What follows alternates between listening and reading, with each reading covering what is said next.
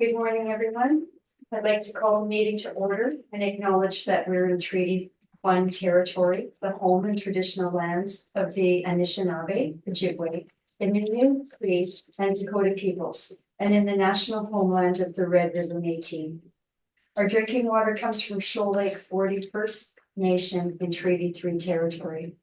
My name is Lynn Nesbitt, and I'm chairing today's panel.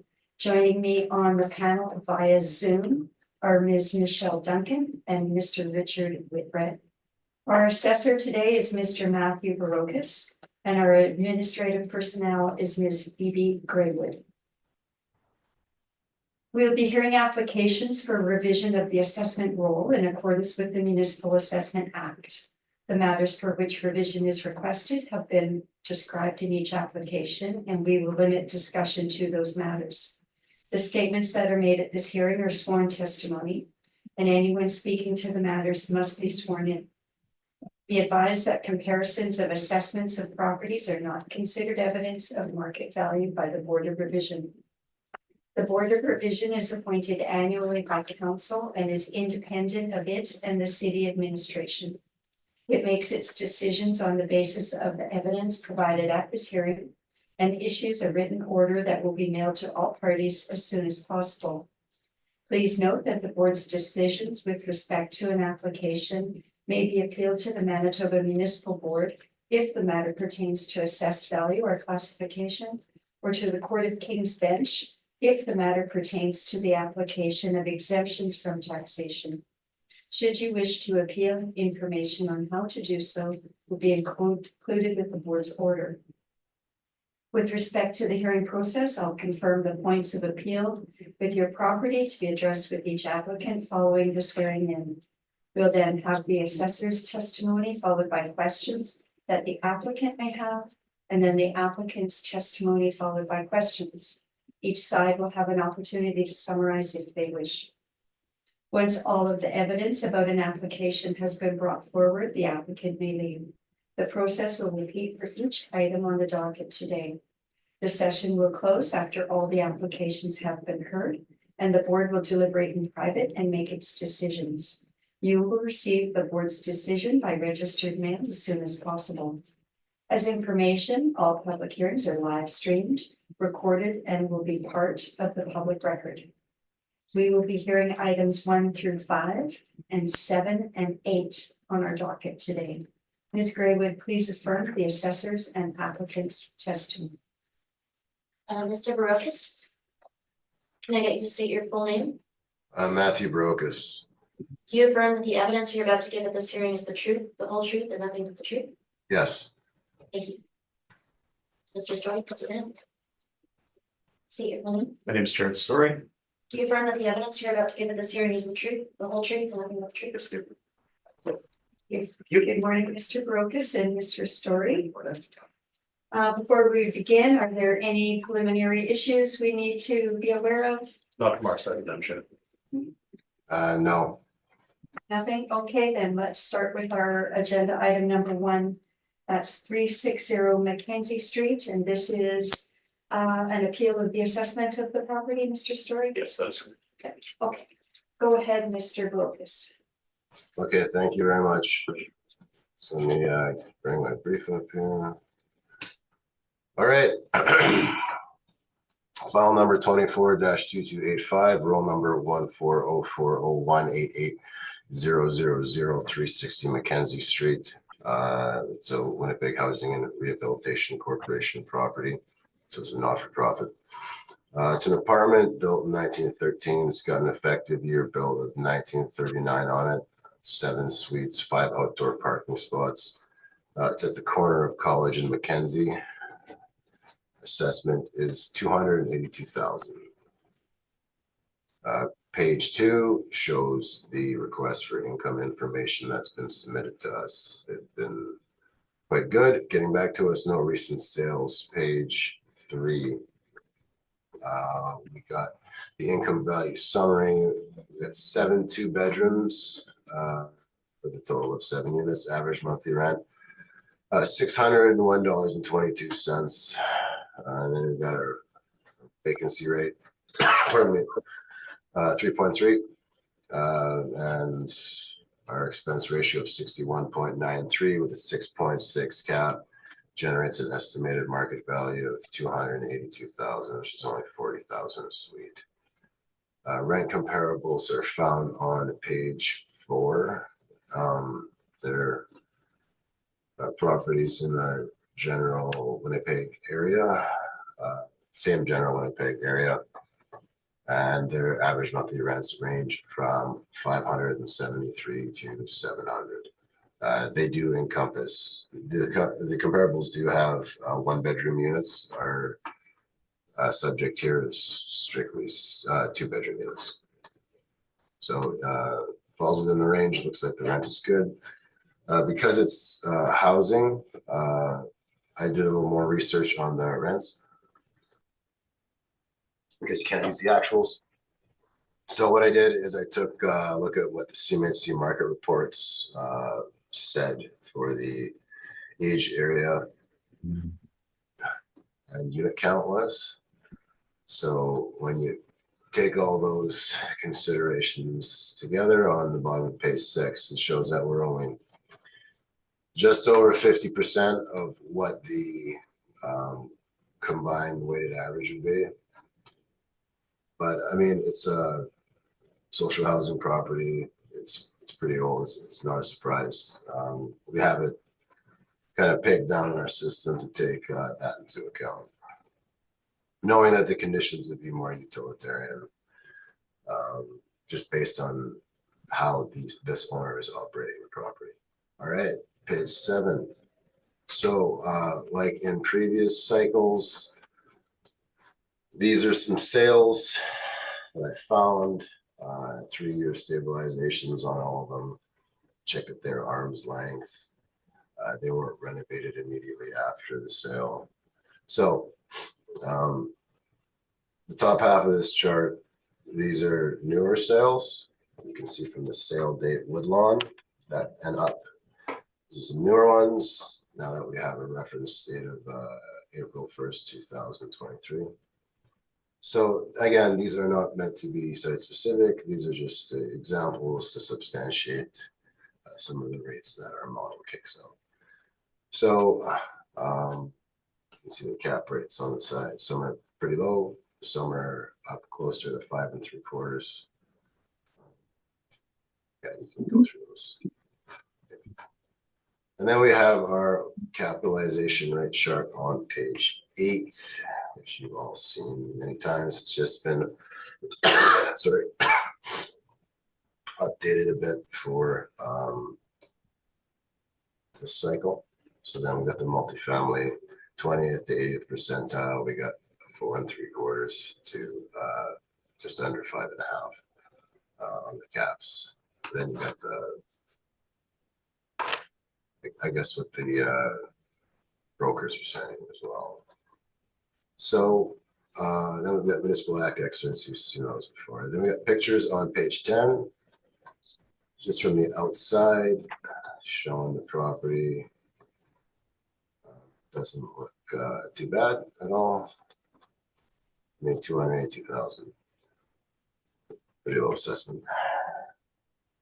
There was a fire repair in a suite in 2018. Vapor barrier, drywall, smoke sealing, cosmetic work, mechanical, electrical. The basement got new drywall and insulation, cosmetic work.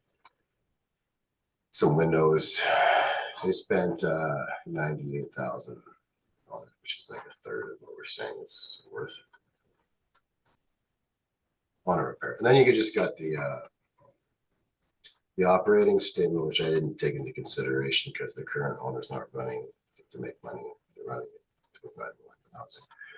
Page 15. These are the source charts where I got the respective rents for my CMHC tables on page 5 and 6. So again, circling back, 282,000, only 40,000 a unit. That's my evidence. Thank you. Thank you, Mr. Focus. Mr. Story, do you have any questions? Yes, Madam Chair, I have a few questions. Okay, firstly, Mr. Barocas, have you visited this property for the purpose of this exercise? No, Okay. I know that in past cycles, we've discussed percentage reviews when the new assessments come out. Was a percentage increase review done on this property? not to my knowledge, I'm not sure. Okay, and I'm cautious not to discuss previous assessments, but when you look at it from the previous assessment to today's, does that increase not appear astronomically high? What page is that on again? Well, this is just my research and handling this property last time. We know that this property has increased by over 30% in the model. And I'm surprised that was caught on review. So I'm asking if that had been considered when the new assessments were created. That's not in my evidence, Chair. Okay. Okay, so you haven't visited the property, but in your research, did you note that this property is indeed a conversion? It's a World War I era church. Are you aware of that? Yeah, I believe I came across that at some point. Okay, and if this assessment is indeed entirely modeled, does the model have any consideration or any ability to consider residential conversions versus purpose-built apartments?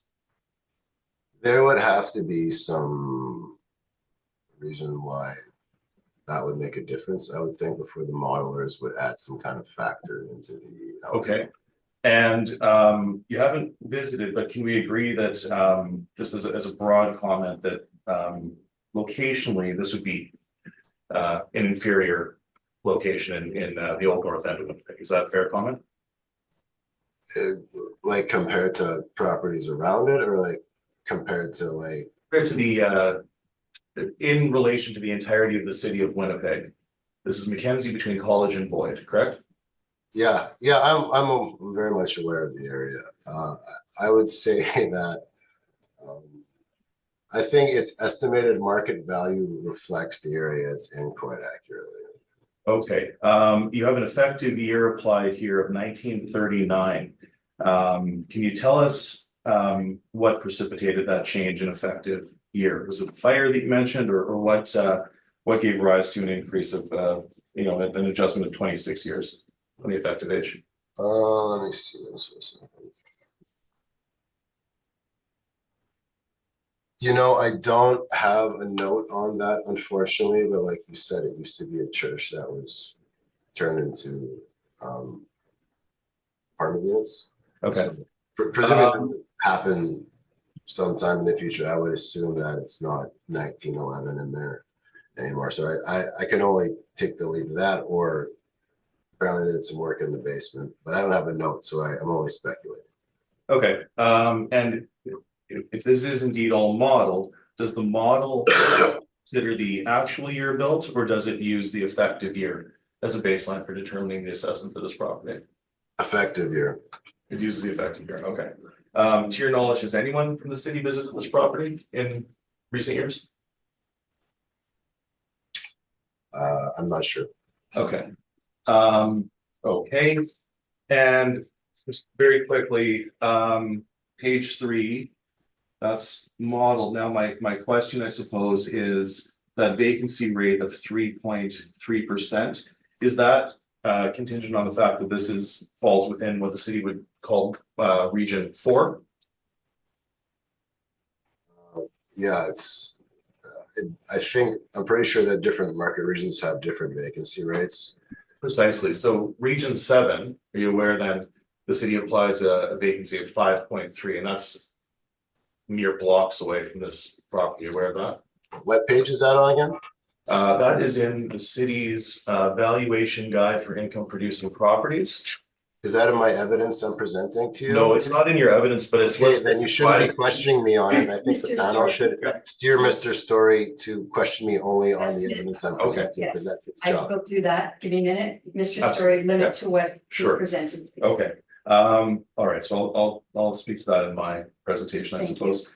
Mr. Brocas, you said you didn't look at the actuals because they're not running it to make money, but are you suggesting that they're not attempting to mitigate their expenses in the competent management of this property?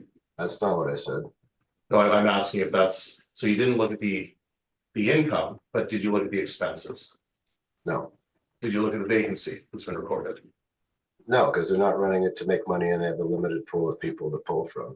The way Okay, they're running it, so no, why would I? well, but in your experience, does social housing or rent geared to income, do those properties not typically have waiting lists as opposed to vacancy? What page is that on, Jared? No, I'm asking you from your perspective, when we look at social housing, is it not more typical to have very low vacancy? And in this case, when we look at the expenses or the what's been submitted by the owner, which is indeed in your evidence, the vacancy is in fact quite high. And so what's your question? I'm asking if you've considered that at all for the purpose of this appeal. Again, no. Okay. Cap rate is modeled as well, correct? Yeah, Okay, and Madam Chair, I'll just go through this cap rate in evidence very quickly and I'll ask my Is this comments. part of your No, I'm main submission? no, I'm asking the assessor about his cap rate. Okay, cap rate, Yeah. is cap rate evidence? Yes, and Okay. and so we don't have to go over it many times. I'll just go through it once and if we'd like to. We revisit will it. need you to at least reference Oh, it sure. in each submission. Because Absolutely. each one is a new hearing, so Okay. we need it to be part of the record. Okay, So, but perfect. yes, please go over it. Now, Expediently? Yeah. yeah. Good. Mr. Brokus, have you provided any calculations to support the cap rates that you've included here? cap rates are derived by the model. On the table on page 7, this is derived by the model. The cap rate assigned on page 3 is assigned by the model. Okay, but the That as table, applied to the property. okay, so are we to disregard the table on page 7? I Oh, think no, you I didn't say that. misunderstood your question. Oh, So okay, I'm I think asking. it's a disregard. I think it's Okay. a misunderstood. Fair. So Mr. Brokus, on your page 7, you've provided a set of cap rates. Some are from the last cycle, some are new and germane to this cycle. Okay. Once again, are there any calculations to support your conclusions? I think we'll just have to wait and see on that. Okay, so that's a no, presumably? Nope, that's not a no. No, okay, but there's, just to be fair, there are no calculations for us to review today. They're coming today later. Okay, all right, now that first one, at 2.99. Can you agree with me that part of the analysis of a cap rate has to do with the availability of returns from other investment vehicles? Is that a fair comment? I don't know where you're getting that from in my evidence. Okay. Okay. I guess my question is, when you were coming to this analysis, when you were coming to your conclusion that one of these properties had a 2.99 cap rate, does that not indicate to you that perhaps that is not a stabilized income stream that ought to be used to derive a cap rate? Oh, no, I stabilized 3 years of income. Okay, so you're suggesting then that that capitalization rate, which is a return rate to the investor, is in line with or slightly below the rate of inflation. Does that not give you some concern? Where's the inflation in my report, Jared? You're jumping all over the place. You're only supposed to question me on what's in my report. Well, you've supplied this 2.99, Yes. and you've provided no calculations. So I'm asking if, Mr. Story, the Okay. assessor has indicated that his calculations will be coming, so I'm assuming rebuttal evidence. okay, that's fine. Okay, 677 Maryland, you've included here as well. Are you aware that there's a more current sale of this property? Yes, but I've seen that in your evidence and we'll get to that at that time. Okay, wonderful. Okay, it's fine. I think those are my questions, Madam Chair. I think I'll leave it there for now. And thank you. Thank you very much. Ms. Duncan, do you have any questions for the assessor? No questions, thank you. Thank you. Mr. Whitred, Yes. Do you know when it was converted from church to residence? Off the top of my head, I don't, looking through the notes, I don't see that. Maybe Jared knows. Yeah, I couldn't find it. Jared, do you know? I'm going to guess that it was in the 1970s or 60s. That's typically when a lot of these social housing assets transferred from either they were abandoned or at the end of their lives, or they were converted. So I would be guessing, but that would be an educated guess. I would imagine 60s or 70s. Yeah. Thank you. Now, the folks that live in these residences, are they permanent or are they transitory? Matthew, do they like, it's a shelter, I understand, or it's a low income housing? How can you explain that to me? I'm not sure, as that's not the way we're valuing it. We're valuing it as what a for-profit purchaser. We're not valuing it as social housing because that's not the highest and best use of the property. Okay. So I didn't go into that. But the vacancy would suggest that maybe it's not high turnover in this particular building. Is that your number would suggest that? Well, it's just a market vacancy because the vacancy that's shown, pardon me, on it looks like on page 13 on their actuals, it reflects the manner in which they're running the property, which is not open to everybody. I assume they would have some criteria in getting in there. That's not at all we're assessing, so I didn't account for their actual vacancy figures because it's not relevant. Excuse me, my questioning lends itself to high transition of tenants could equate to higher expenses in maintenance and repairs versus a longer tenant, stabilized tenant. Is that a fair statement in your experience?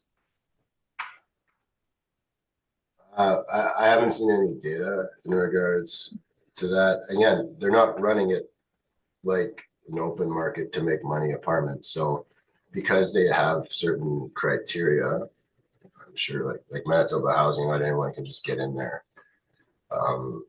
They have a smaller group of people who are available to move into their properties. So I don't get any for-profit market information from the vacancy rate reported on page 13, or rather the amount. Okay.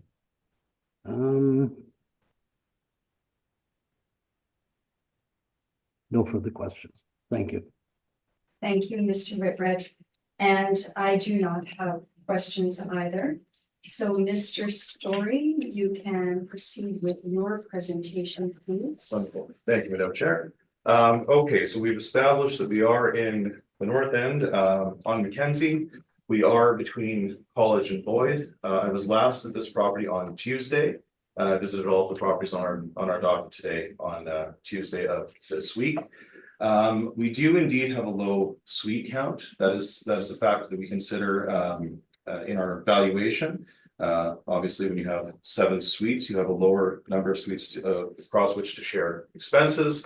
And also we've talked a little bit or touched on vacancy. And if market vacancy is indeed 3.5% or so, up to 5.3% or so in this in these 2 regions, as indicated by the city's valuation of income producing properties.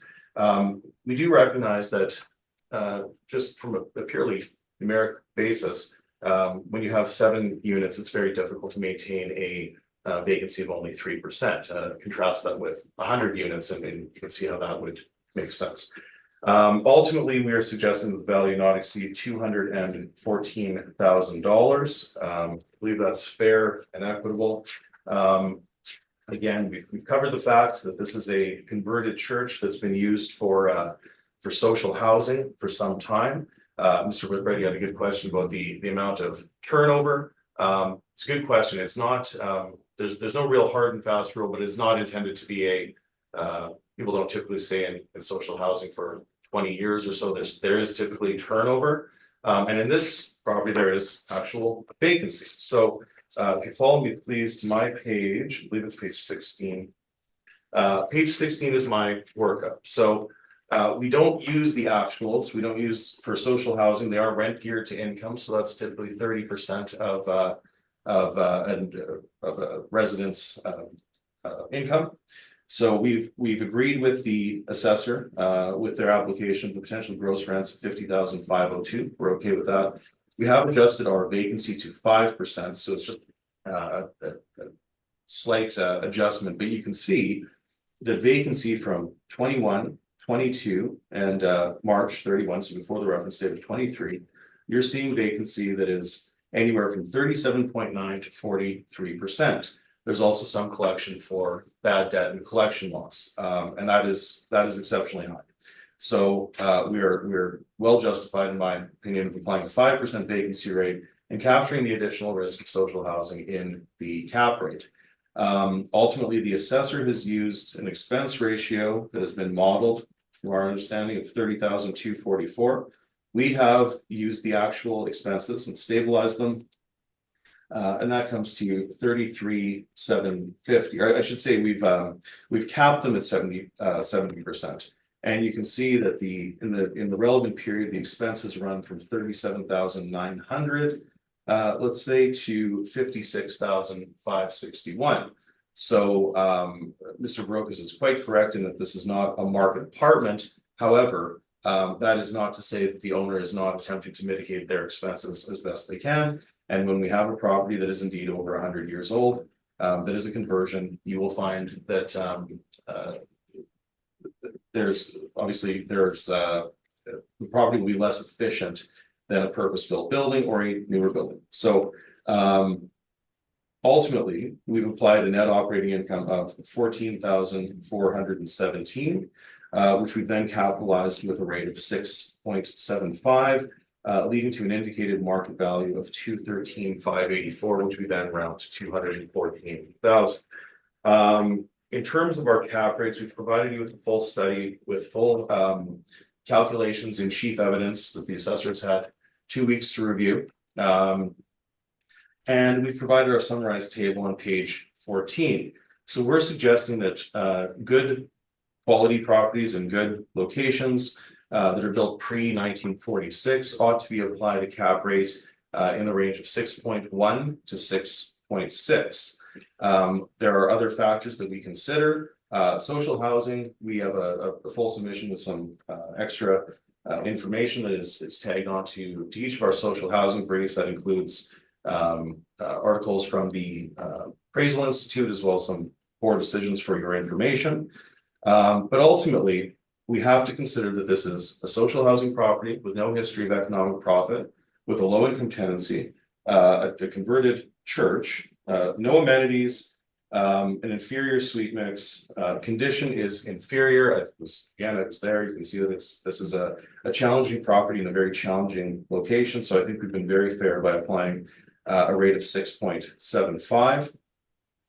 And so ultimately that leads us to our value of $214,000. I've broken down for you on page 17, the repair and maintenance application, though that's less important, I suppose, in this case, because we have just simply capped the expenses. But that exercise was undertaken for the purpose of this appeal. And the balance of my brief are the details. You can see it is indeed a wood frame building from 1913. I have the city's valuation, and I have the income and expense information that was used to populate our table. So with that, Madam Chair, we respectfully request that the value not exceed $214,000. And with that, I thank you. Thank you, Mr. Story. Mr. Brokus, do you have any questions of the applicant?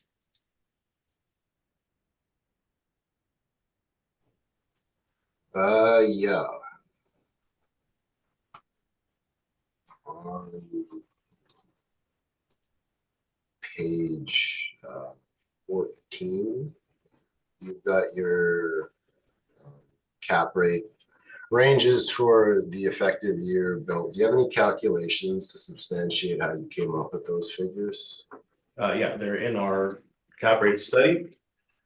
We've included that as a standalone document. We've also looked at the broker reports So ultimately, we're suggesting that cap rates in this cycle typically should range somewhere between 5% and 6.6%. And those calculations were provided to you.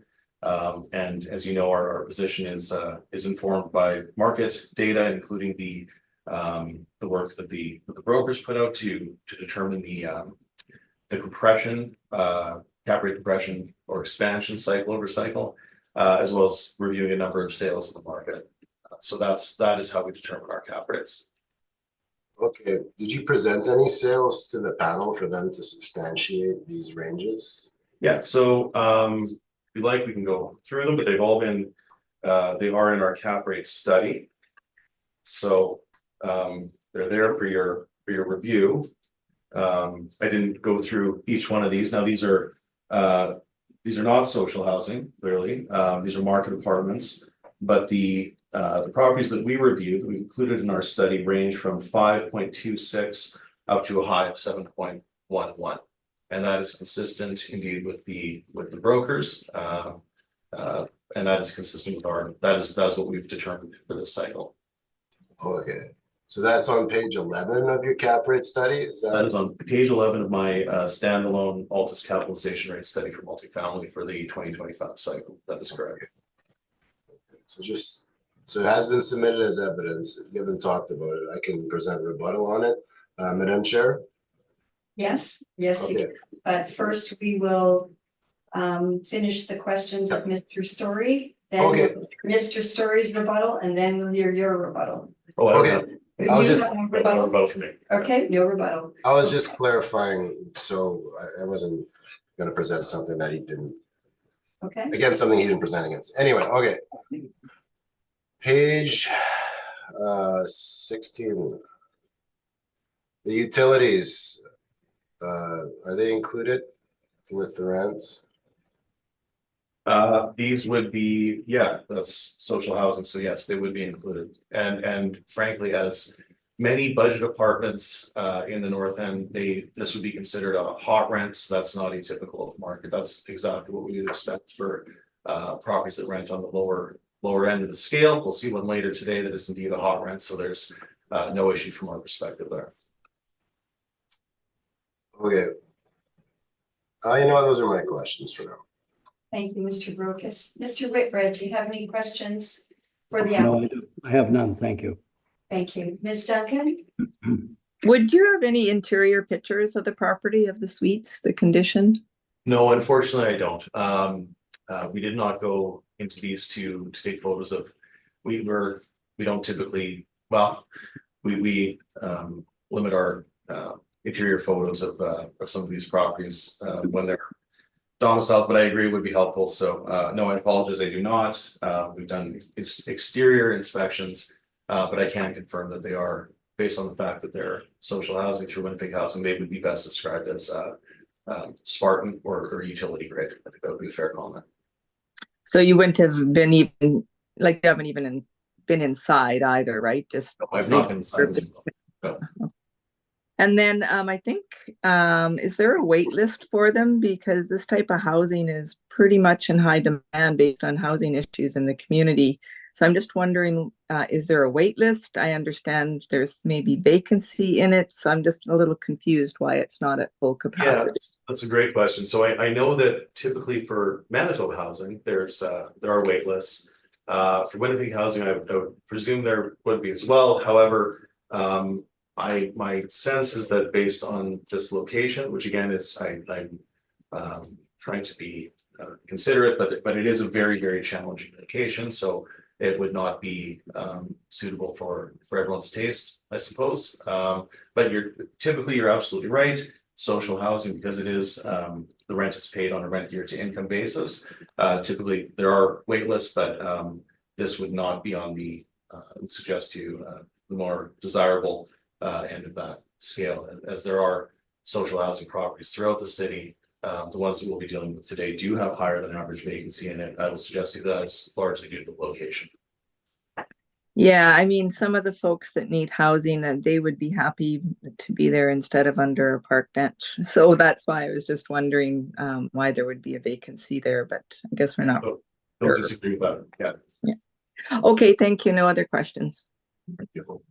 Yes, Mr. Story, I'm also still a little confused when I look at the vacancy number and I see that they are actual, so. But we're talking about almost 40% of vacancy. Does that mean, in my way of thinking, 3 out of 7 apartments roughly are empty Yeah. on a chronic basis? Well, I don't know that it's, well, I mean, if your definition of chronic is over the last 3 years, then yes, that is exactly what's happening. However, we're not applying a vacancy rate of I see. 40%. I'm just trying to Yeah, understand. and just so I can make this point, I tried to ask the assessor, but in this document that's provided to all the ratepayers, it's called the value, this is from the City of Winnipeg Assessment Department. Is So- this? Okay, we It's- don't yeah. have that. Right, okay, but okay. So, But ultimately, when we look at where vacancy ought to be, we consult a number of sources. The private market, obviously the brokers have their tables, and the city puts this out as well. And what I was trying to allude to is market region 4 and market region 7 are very, very close together. Market region 7 has a 5.3% vacancy.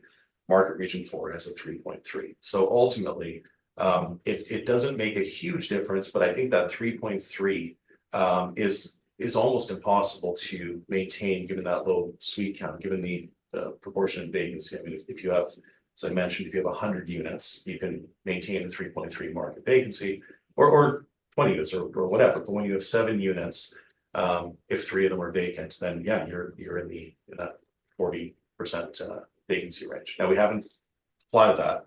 We've simply tried to capture the inherent risk of this asset in the cap rate. So we're slightly higher than the assessor on the cap rate, and we're just a touch higher on the vacancy. And I think that all makes sense given the site specific review of this property.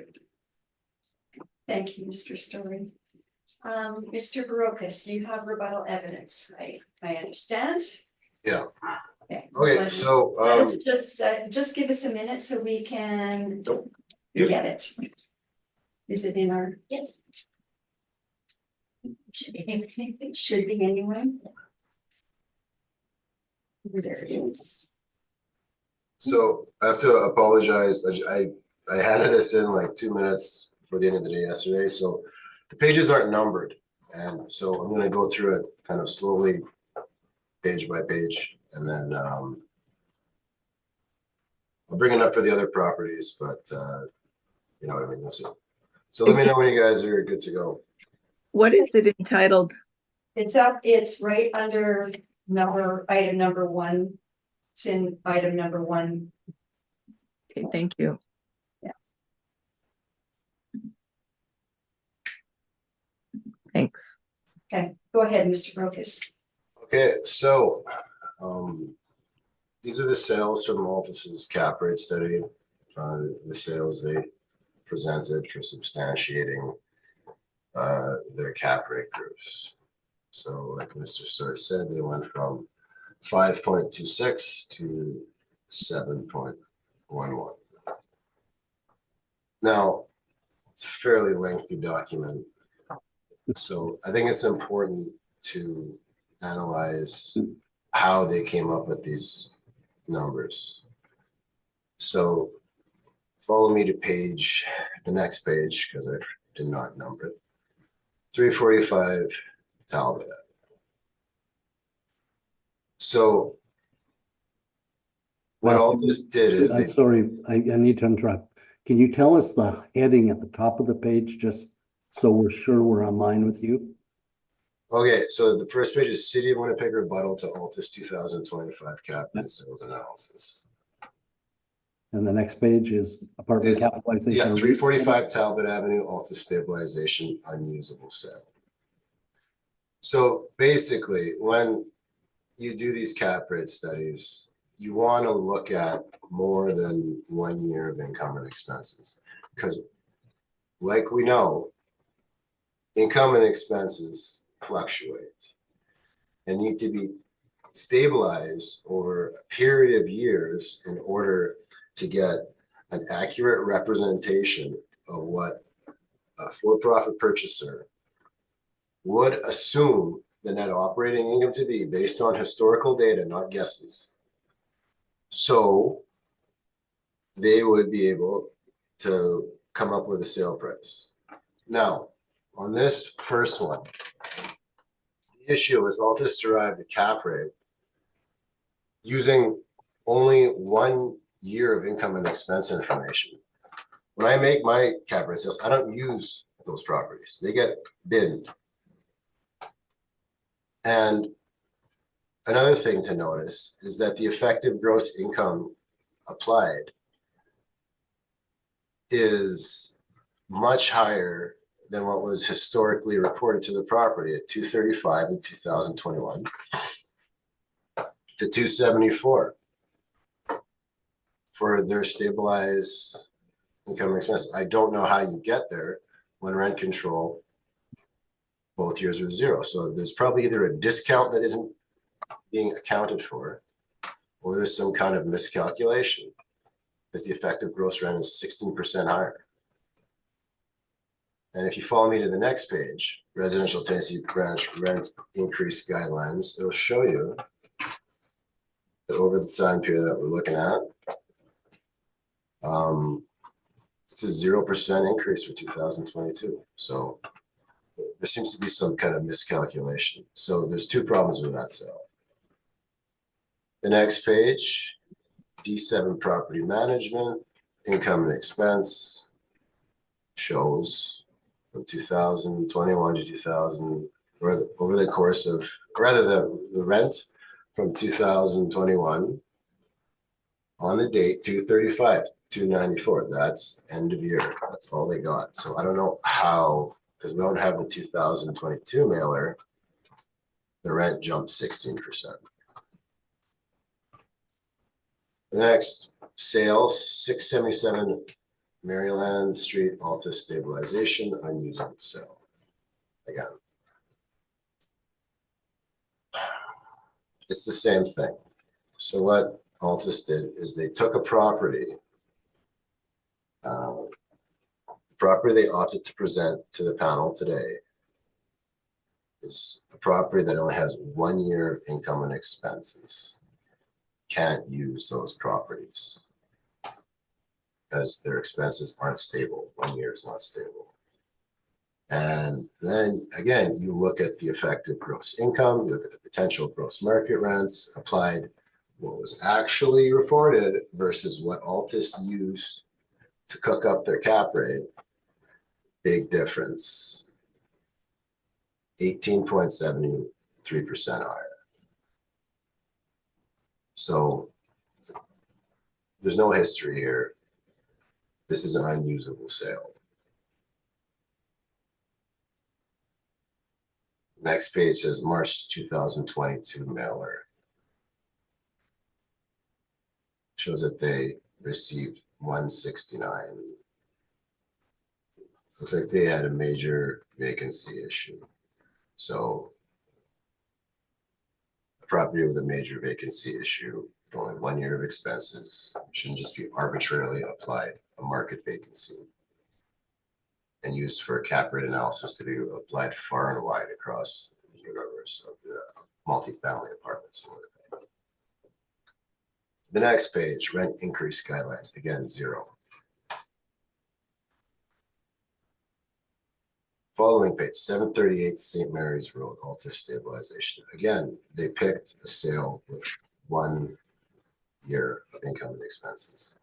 And you look at the effective gross income reported at year end versus what Altus used to stabilize, to cook up the cap rate. There's a big difference. We're seeing a pattern here. Effective gross rent is 34.45% higher than what they're actually handing in. Based on what the realtor said, I think.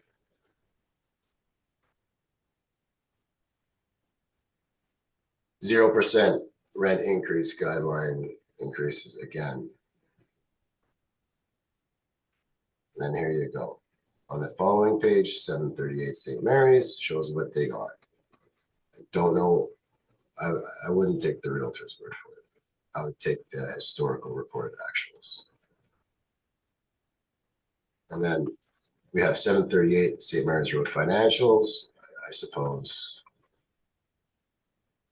This is from the Altus cap rate study. This is, say, the yearly actual total. Estimated yearly total is 161, actual yearly total 141, but you go back and you see they're only actually collecting 106,827. 1 year. Not good.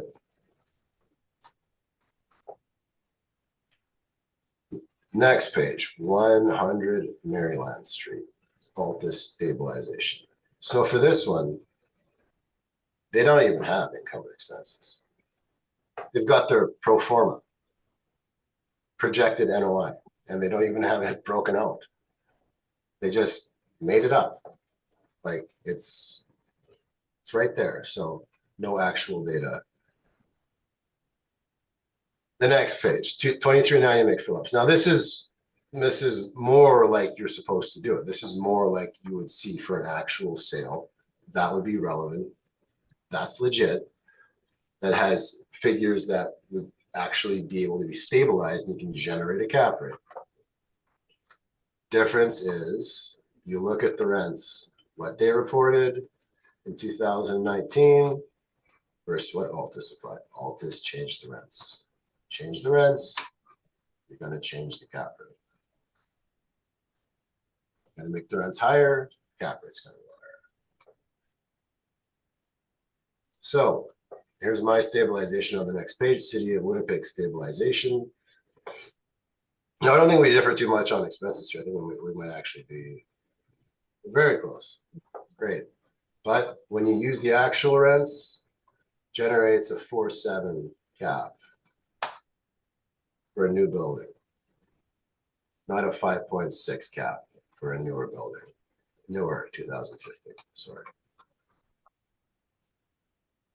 So these aren't the only sales that Altus has.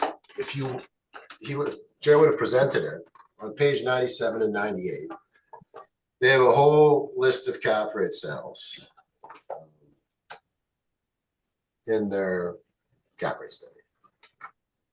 There's a whole bunch of sales they decided not to stabilize, and they decided not to put in the table to present to the panel at the Board of Revision. Just so happens that some of those sales are the sales that I actually use here. So because they included it in their brief, I can, as rebuttal, and I think going forward, I'm just going to present all the stabilizations in my initial evidence, is let's see what those work up to. Here's the first one. The next page, sorry, shows the summary. It's 459 Sargent, 241 Young, 573 Burroughs. Properties, 50s and 60s. These are the caps in 4s and 5 3/4 for Burroughs. How did we get there? Next page, 459 Sargent. Using the income and expenses, this is how it's supposed to be done. Just like Altus did for 2390 McPhillips, you get a property that's got 3 years of somewhat homogeneous, mostly homogeneous income and expenses that you can take and you can stabilize the R&M and you can use the most recent utilities. You can look at the insurance and the management. You can look at over a year-over-year basis where a purchaser will be able to look at it and say, okay, I can hypothetically come up with an NOI and negotiate a sale price. The sale price spits out a cap. There you go. So here you go. 4.72 on Sargent. Sold on MLS. The next one, 241 Yonge Street. Again, same thing. I'm not going to beat a dead horse here. 4.21, and then the next one, 473 Burroughs Avenue. 5 3/4. My point is this: Altus knows these sales exist. They just don't present them to the Board of Revision. Instead, they present what they presented. I think these sales that have 3 years of stabilized figures should hold more weight. So if they don't have any support for their cap rates, then you should not consider them. That's my rebuttal. Thank you very much, Mr. Brokus. Mr. Story, do you have questions on the rebuttal? I have a great many questions indeed, Madam Chair. Mr. Barocas, you said a lot here, so I'm just gonna try and go through this. Can you make sure you refer to the title? of Oh, the on the page you're page, yes, referring to, absolutely. because they're Yeah. not page numbered. Okay, so 2390 McPhillips. You're using well, this is a sort of, it's becoming something of a legacy discussion at this point, but can we agree now that it's germane to our discussion? That the information that was post-reference previously, we can now agree that the motivation of the purchaser was to indeed buy that property where the rents were below CMHC and to raise those rents. Can you agree with me on that finally after all this time? Well, the reference date for a sale is the date of the sale. You don't take considerations after the sale is done.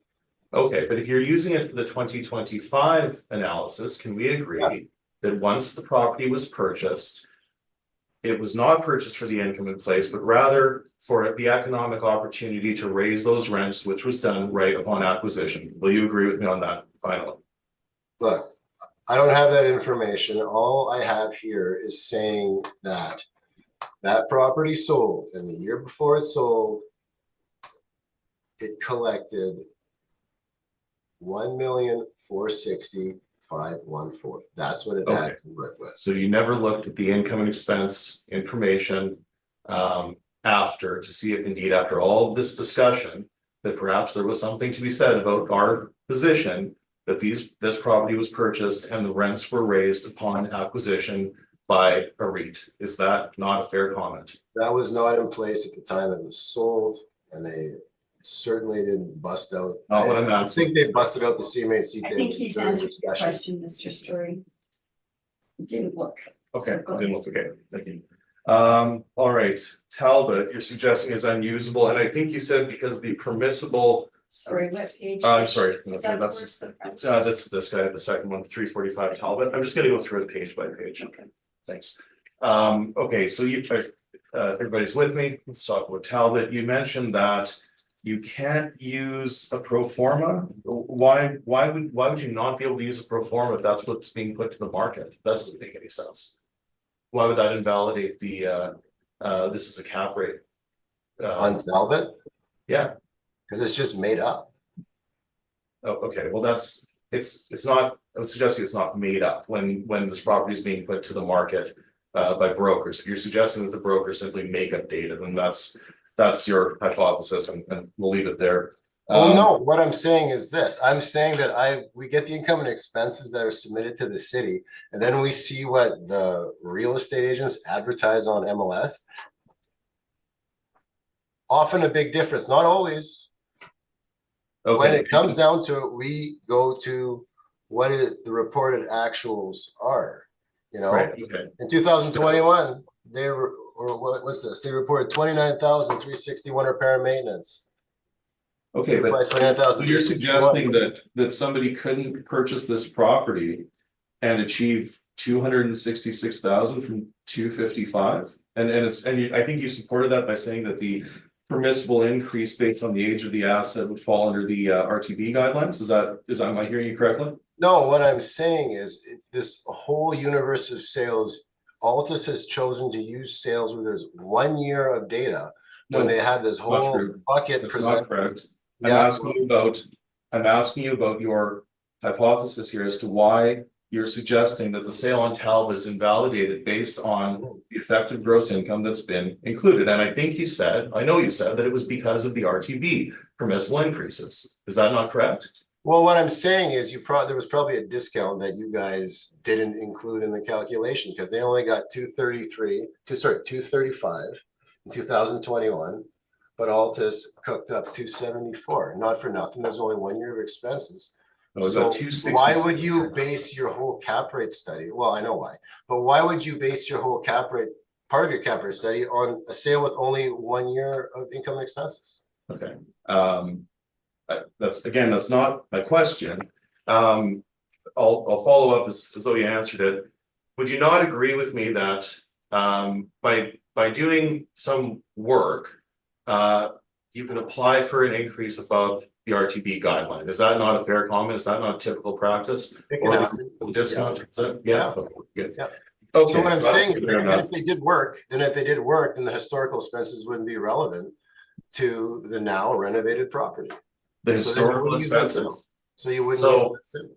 but we wouldn't include capital expenditures typically in our R and M, would we? And You this see the wouldn't be confusion, affected by that. Chair, why this is not a good sale to use in your cap rate study?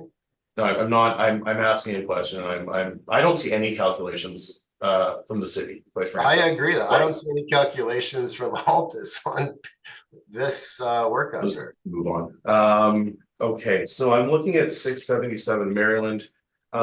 So I've worked for the past 3 owners of this building. So when you said there's no history there, I find that very odd. And I'm sorry, you're suggesting that we ought to have used 33.5%. Is that what you're saying? No, I'm saying this is an unstable property and I wouldn't use it in a cap rate study. Okay, would you ever, or would the model ever apply a 33.5% vacancy based on 1 year of vacancy? No. No, you'd use something like 1.4%, right? It would get like a market vacancy. Yeah. And have you visited this property at all? Have you ever been inside this property or seen it? No, I have not. Okay.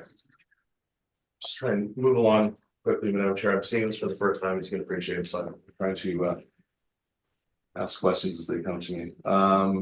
St. Mary's, again, rent control increases. I think we've covered that. And we've talked about 2390. And we've talked about using marketing circulars from brokers as a reasonable expectation. So I think those are my questions, except I'll ask you one more time. In your rebuttal, you've provided, and I'm sure this is City of Winnipeg cap rate sales Altus declined to utilize, which is not true because a bunch of these were on our previous cap rate study.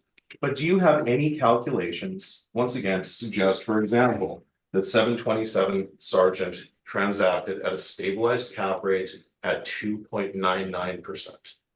Do you have anything to support that? Not in my brief, but I did it, and next go around I'll include it. Okay, wonderful. Look forward to seeing that. I think those are my questions we have there. Thank you. Thank you, Mr. Story. Mr. Whitbread, do you have any questions about the rebuttal? It is a convoluted conversation. I'm trying to narrow this down so my small brain can accommodate this information.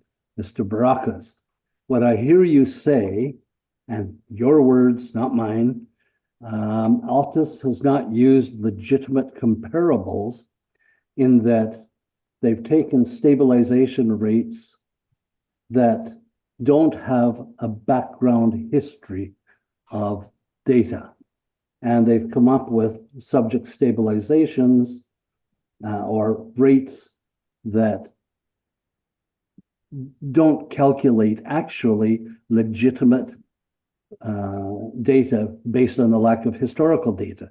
Yeah, it's just unsupportable. And I mean, when you have a whole bunch of sales that have 3-year stabilizations, why would you use these ones? Okay, I understand.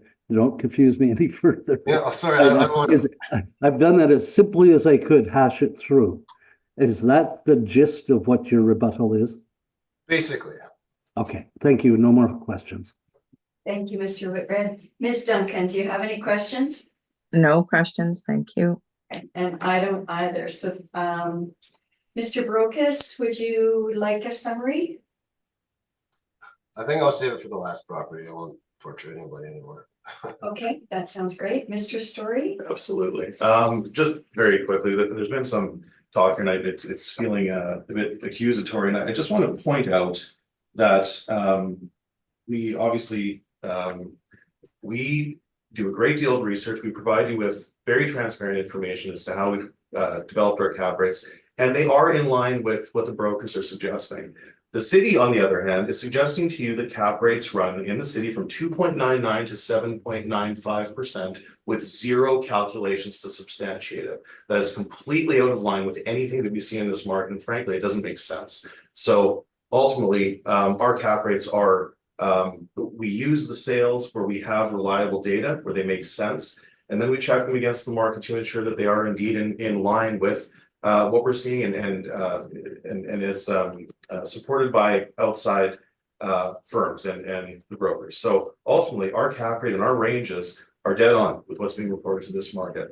A cap rate swing that the city is suggesting of 2.99 to 7.95 is almost 500 basis points.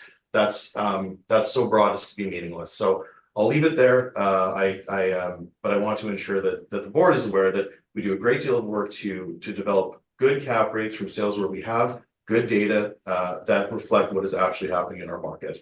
And I'll leave it there. Thank you. Thank you, Mr. Story. Okay, that concludes item number 1.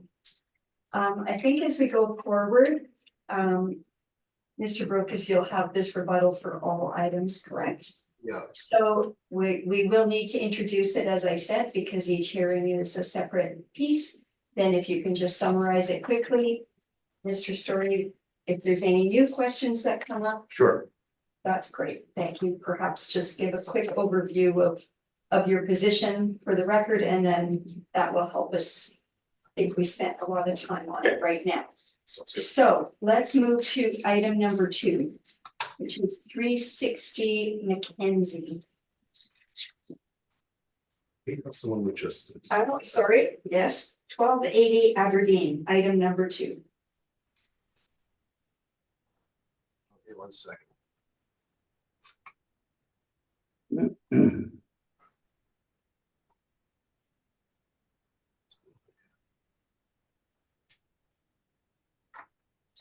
Yeah, sorry.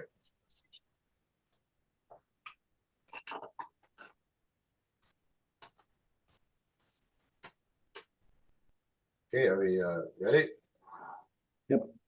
Okay, file 24-2542. Roll number 14100-123-555, 1280 Aberdeen Avenue. Roll year Can you 2025. just speak up a little bit, Mr. Oh, Brogan? yeah, my apologies. April 1st. Thank you, that's perfect, thank you. Okay, cool. April 1st, 2023, 506,000. Again, low income housing here. Actual year built 1965, 11 units, 21 outdoor parking spots. Good with their mailers. And let me just do this. Sorry. Page 2, it shows we got the mailer, subject, sale history, nothing. So we got our income value summary on page 3. Bachelor units 6, 1 bedrooms 5, total units 11. $525.88 on the monthly rent. Modeled 6.25 cap, 52.91% expense ratio. So I use the same methodology as I did on all not-for-profit houses. It's only 46,000 a unit. Rank comparables here on page 4. Fall within the lower end of the range. Comparables 2 and 4 do have 2 bedrooms, and comparable 4 has 1 bedroom. So it does make sense that we are at the lower end of the range. Did the market report analysis, same methodology. Page 6, it shows that we're only 65% of what the age, area, and unit breakdown for the Lord Selkirk area is. So I don't think we're overshooting the rents on this one. Again, cap rate stuff on page 7 and 8. And then we got some pictures from Google Maps on the outside of the property. And we just have their income and expenses, which we're not taking into consideration. Does look like they are reporting 75,000. In income, no, and we're only at 67,000. Anyway, regardless, I think we're pretty good on the income roll probably, but that's my evidence. Thank you. Thank you, Mr. Brokus. Mr. Story. Yes, just very quickly, Madam Chair, and just sake of expediency, we're only talking expenses for this property. Expenses. Yeah. Okay, thank you. Okay, and Mr. Brooks, I could barely hear you, but I think you said that you didn't consider the actual expenses in this property, is that correct? Yeah, we just went with model. Okay, and it is it's a residence for seniors, correct? Is that correct? Yes. Okay. I think I'll leave it there, Madam Chair. I think that's good. Thank you, Mr. Story. Ms. Duncan, do you have any questions for the assessor? I'm sorry if I missed it, but is this a not-for-profit as well? Yeah, I believe it's low income housing for seniors. Thank you. No other questions. Mr. Whitbread? I don't have any questions. Thank you. And Mr. Brokus, you were kind of quiet when you were talking. You started out good and then you petered. Yeah. But I think I heard you say this is model driven. Yes. And have you gone to the property or visited it recently or anybody? No, I have not visited the property. I have not, no. Okay, that's fine. And I see that it is a school tax exempt, but that's not under dispute. I just note that. Okay, thank you. Mr. Storrs. Thank you, Madam Chair. So we are at 1280 Aberdeen. This is Fred Douglas Place. So it is indeed a rent gear to income seniors home, let's say. The expenses are the only item in dispute. We've both applied a cap rate of 6.25. Now, though this is on Aberdeen, it's on the other side of McPhillips. So this is more in what I'll call the Northwood area. So this is just adjacent to it's by Fife and the Inkster Industrial Park. When you cross McPhillips through Burroughs, you get into the north end. So locationally, it is superior to the others that we're talking about today. So we have not made a cap rate adjustment. I do note, though, that it is atypical in that the suites are between 300 and 500 feet. So atypical from a market rental type asset, but not completely out of line with budget housing for seniors. So ultimately, we are only discussing the expenses today. And again, I've included that for you, a detailed breakdown. We have the years 21 and 22. You can see that the assessor, or the model, has only applied an expense allowance of 52.9%. Now that's very low. If this were a market apartment, we would expect that to be much higher. But that's very low, obviously. And then when we look at the actual expenses in 21 and 22, they're $55,000 and $56,000. And they typically run, call it 75%, expense ratio of 75%. For this one, I've capped it at 65%. Again, that's discretionary, but it does make sense. I think using 43,600 is appropriate. Those higher expenses of 55 and 56, they did strike me as quite high. So I felt it appropriate to cap these so that we get to a value that is not simply land less demolition, let's say, but rather something that makes sense given the actual state, the performance of the property, but with some consideration, those expenses are running quite high.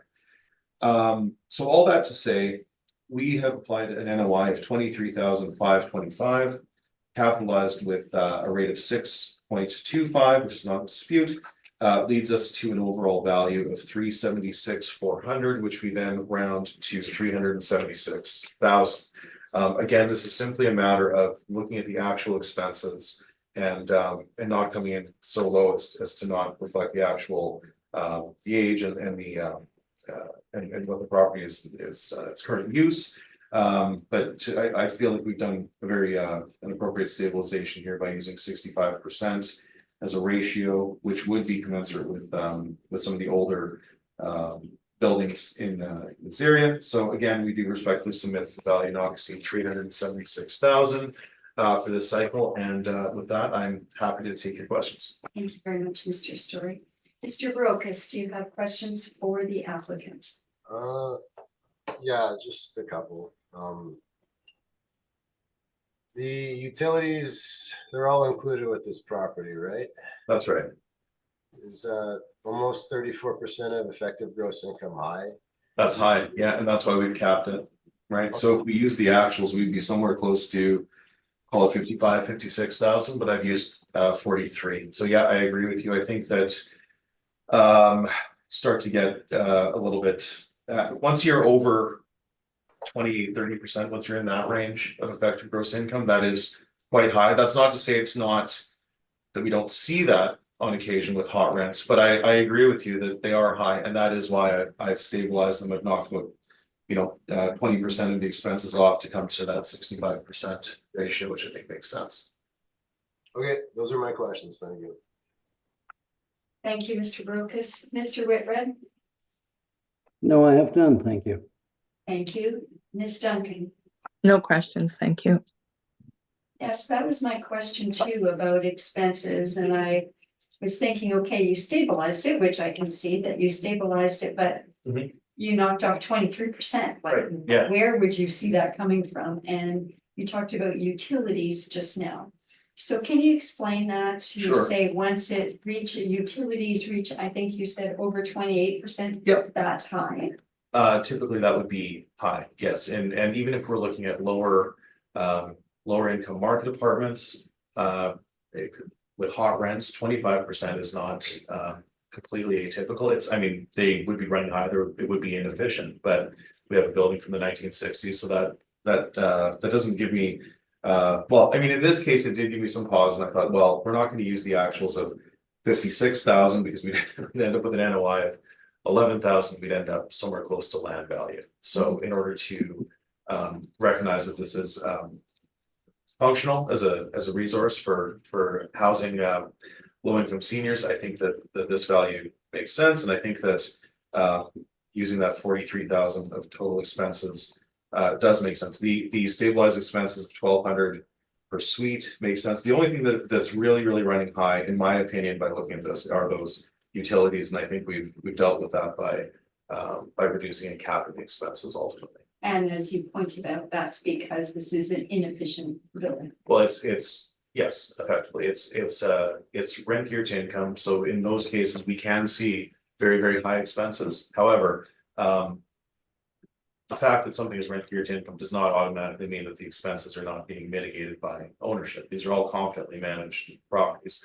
And as I do mention, sometimes when you see properties that are renting at the very low end of the market, we see inducements such as hot rents, so heat and water included.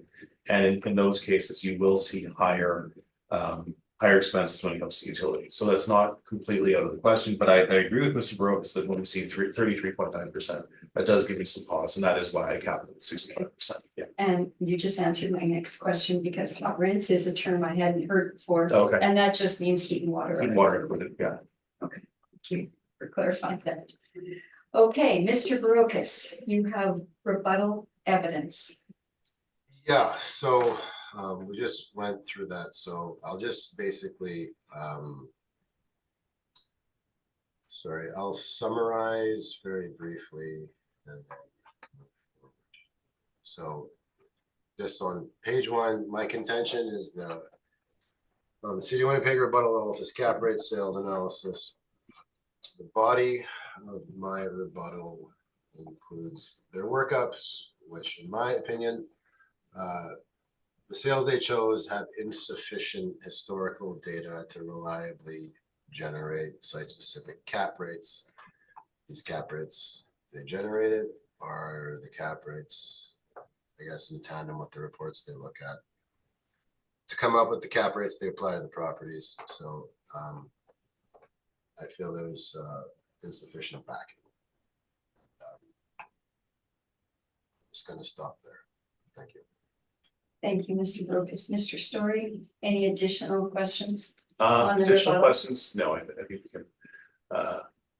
would you like to? Well, ask I any would just like, questions? I would like my comments to carry Yes. forward, and I think we can agree to disagree that using the inputs that we've used are completely supported by the market. There's no reason for us to not believe that the brokers are putting these properties to sale to a pool of buyers with information that is like the assessor said, come from nowhere or something that doesn't make any sense. And then my last point is that we have a great deal of history with the property on Maryland, and we also know that the assessor has not looked properly into 2390, causing a distortion in their cap rate. And finally, there are no calculations to substantiate any of the cap rates applied by the model or the table supplied by the assessor.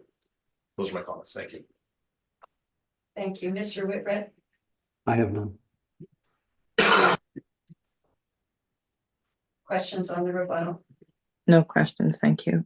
Joanne, thank you. Mr. Broke, a summary, or you, I think you indicated you'd like to wait until the end. I mean, just for this one in particular, I haven't been to it, but it looks in pretty good condition on the outside. On my pics on page 10. So I mean, at 40,000 a unit, 1965. I think we're pretty good. This is my summary. Thank you. Thank you, Mr. Story. Yes, just very quickly, we don't have an issue with the condition above and beyond the functional space, and again, 300 to 500 foot units. We've not applied a cap rate adjustment to this property.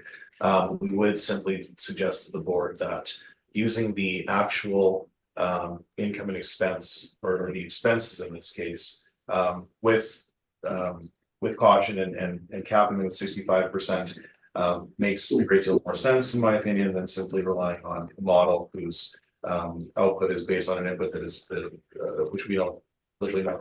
So I think that based on what was submitted here, our value makes sense. And again, it is simply an adjustment to the actual expenses being recorded. Thank you, Mr. Story. That concludes item 2 on our agenda. Item 3, 1300 Aberdeen Avenue, Mr. Barocas. Okay, one moment.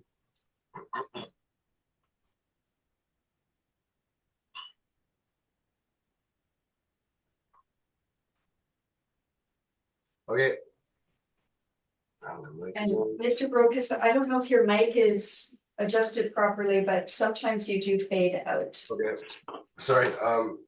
Yeah, it's a new setup today. I'll try and speak up. I'm a little sick, so Oh, okay, well, we can hear you now, so. loud as I can, or yeah, you guys can tolerate anyway. File number 24-2549, 1300 Aberdeen Avenue, 100 123 545. It's property right near the one we just talked about, Fred Douglas Society, low income for seniors, 65. So this one, 4 bachelor, 5 1 bedroom, $496.32 on the average monthly rent as derived by the model, 53.21 rent on the expense rate, 6 1/4 on the cap rate. Rent comps are on page 4. You guys can see the similarity there. And then I did the same thing with the CMHC report analysis. So again, we're only 60% of what the CMHC is cranking out. And typically apartments don't have utilities included. If utilities are included, the rent is higher to reflect that. So the fact that we're only 60% of the market rate on a property where the utilities are included, I don't think we're too high. Rents. Cap rate stuff on 7 and 8, and then some exterior pictures on page 10. You see it's the same kind of deal. You're fading again, Matthew. Oh, is this yeah. Yeah, you have to lean forward just like Okay, sorry.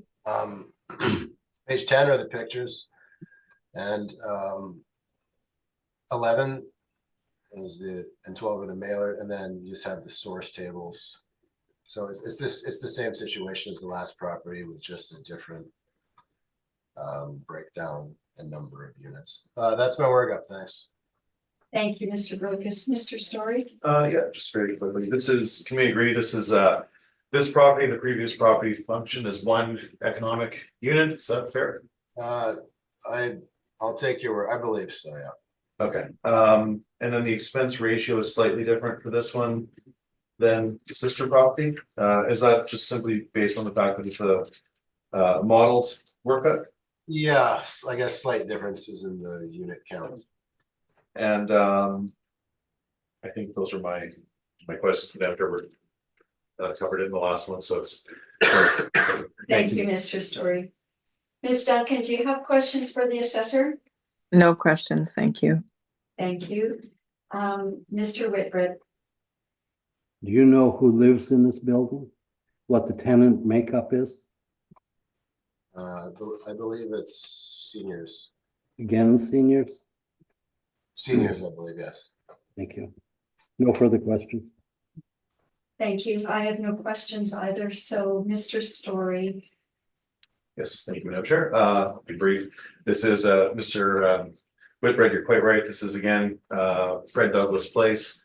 They're on two rolls for not sure why, but this is all effectively one property. Once again, we're simply asking that the expenses be adjusted to reflect actuals. This is the exact same situation as the previous file. We have stabilized the expenses, which again run very high, and you can see as we've talked about utilities, they're running at 38.9%. That's too high for our liking here. So you can see that the actual expenses in 21 and 22 are $49,000 and $50,000. We've used $33,700, which is just a touch up from the assessor's $27,581 by the model. So once again, this property is a low income seniors housing facility. The expenses run at 77.5%, 78.5%. So very high. However, we have gone to the upper end of our we will occasionally go to 70% if there's good reason, but 65% is a cap on the upper limit of expenses. Makes sense. Cap rate is not in dispute. We do continue to use 6.25%, leading us to a value of $291,484, which we then round to $290,000.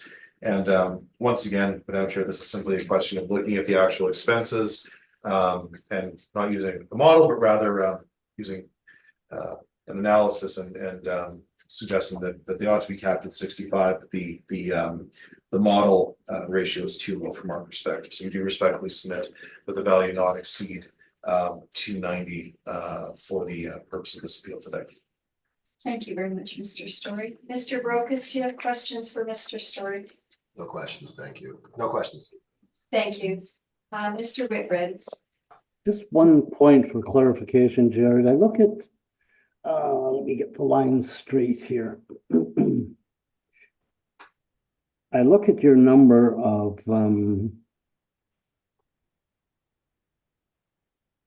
bear with me, 65% for expenses. Yes. At 92,643. Is that a correct calculation? Have I read that correctly? I hope so. Yeah.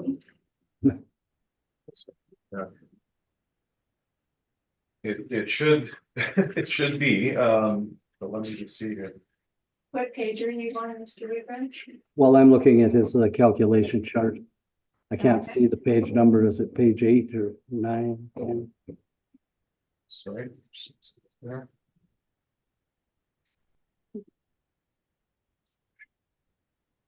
Is that correct? I think they're your numbers. I didn't make these up. No, I know. I just want to make sure that they are correct before I answer. Okay, so sorry, about 1,300 in front of me for 12.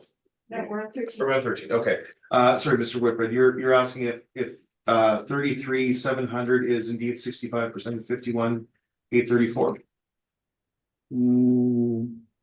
No, I actually had a number of 92,643. What? That's 65%, but let me get to my real question here. Okay. You have total expenses at the bottom of the report. 50,384, 49,452, 49,918. Yeah. Yeah, yes, Sorry, Yes. somebody Go ahead. wants to jump in? go ahead. Okay. How do you stabilize that, Jared, at 65%? I'm puzzled by that. I just don't understand the, Yeah, no, it's a good question. So that would be, 65% would be very high, but that's what we would consider, sort of, I suppose, internally as our best practice.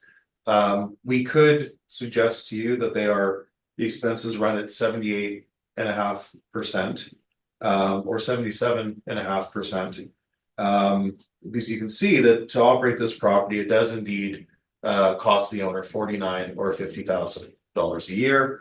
However, we're suggesting that a prudent purchaser may review those expenses and find some way to create efficiencies. However, I'm not sure that would necessarily be possible for the purpose of this report. If we were to use, for example,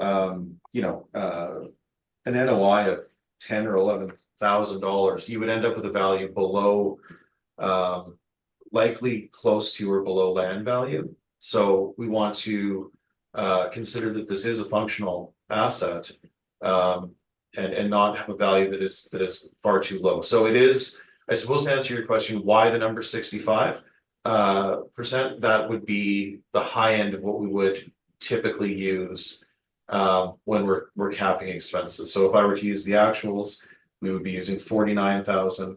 I'm using 33 because I think 65% is appropriate. So it's a stabilization that I've done.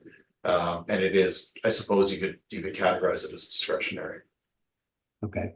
Do you ever go to 70 or 75%? On occasion, we'll go to 70 if there are, that would be the top end, and it's somewhat rare.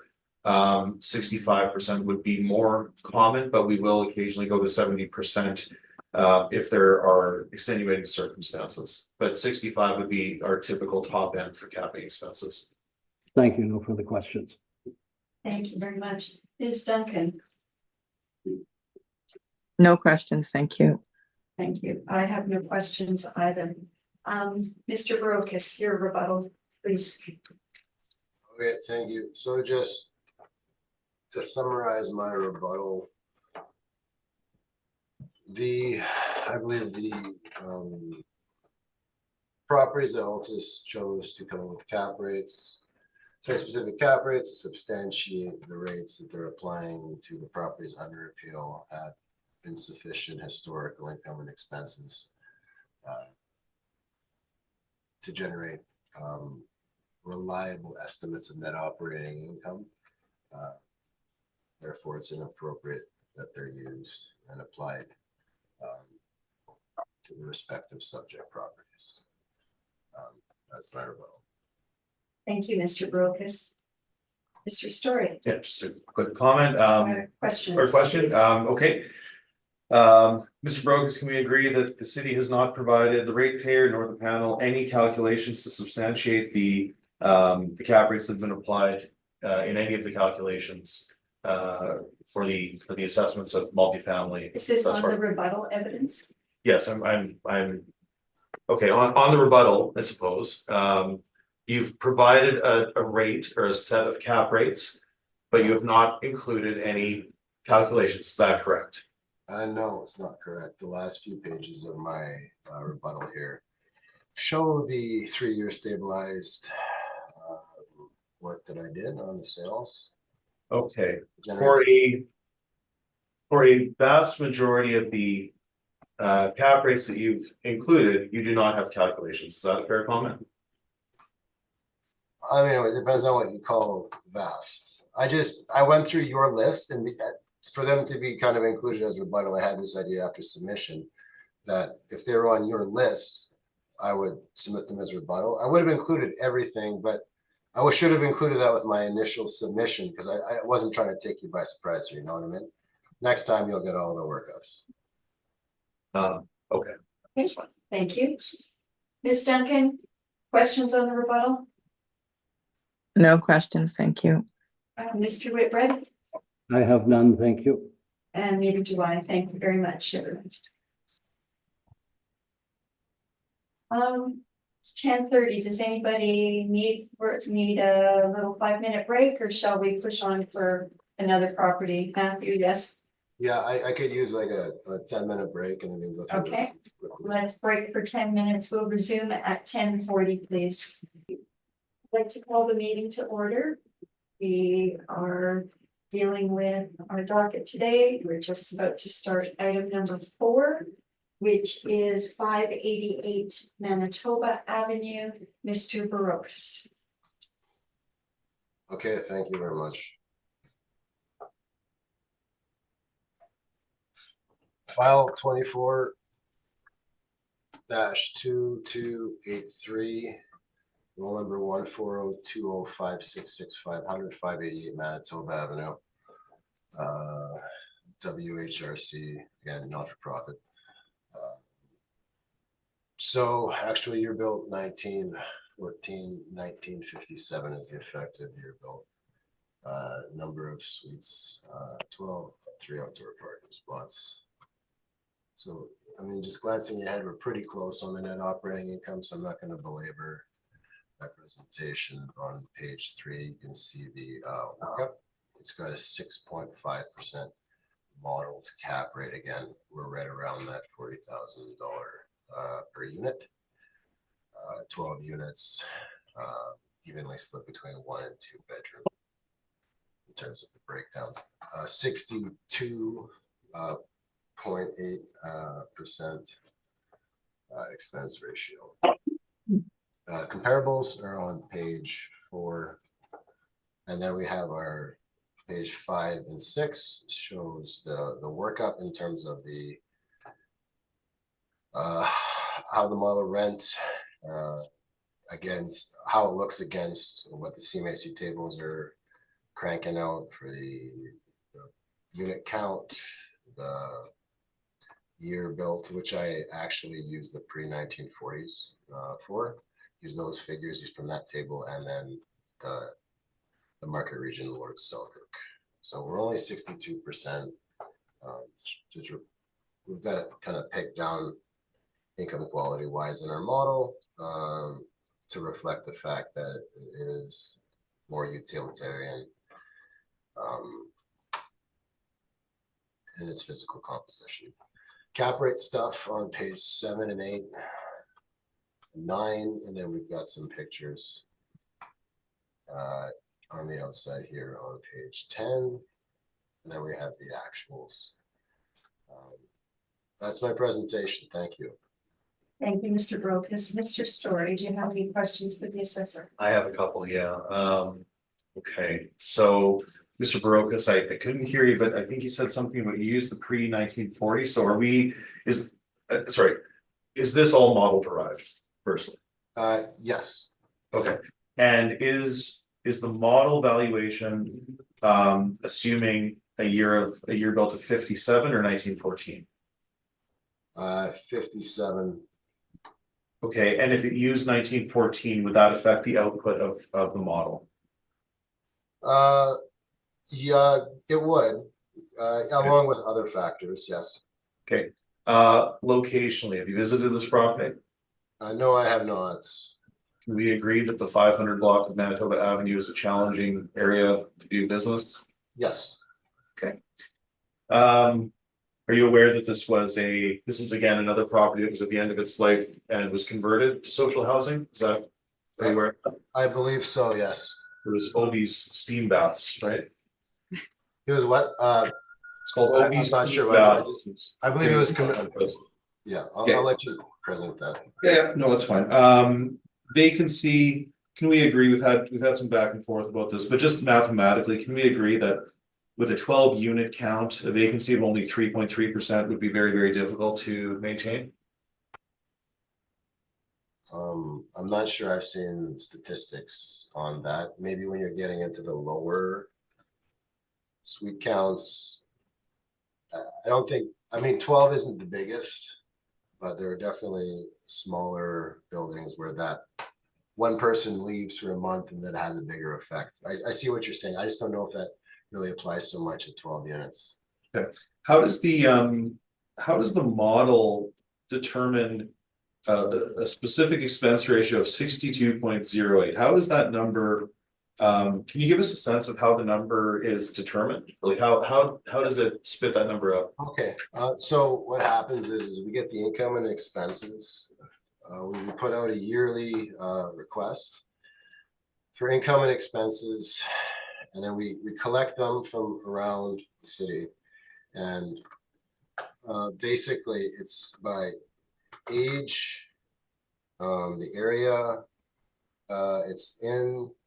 There's other factors like the number of units, but we also have another factor called like income quality, which is sort of like a reflection of, you know, like the condition of the building itself. So I would, now I'm just, this is a hypothetical because I'm not a modeler, but the model would look at the income and expenses of other properties that are pegged down on an income quality basis below average, and to take into account what those comparable properties are reporting expense wise, to take into consideration, you know, just the physical of the property and how it might have a bit higher expenses. So that's something we look at as well. So it's based on what other comparable properties. Okay, so then in that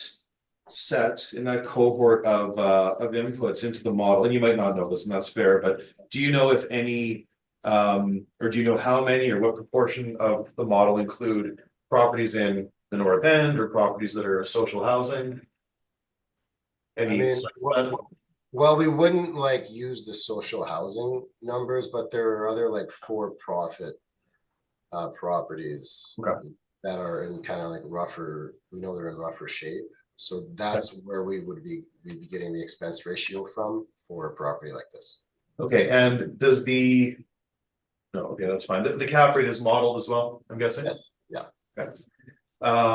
Okay, now just one quick point, just because I noticed this in a number of these, but this is one where it's a bit egregious. On page 4, you're showing the gross floor area per unit of 1,076. Now that's incorrect, right? I mean, that's not like a unit, like not a size per unit. It's just the gross floor area.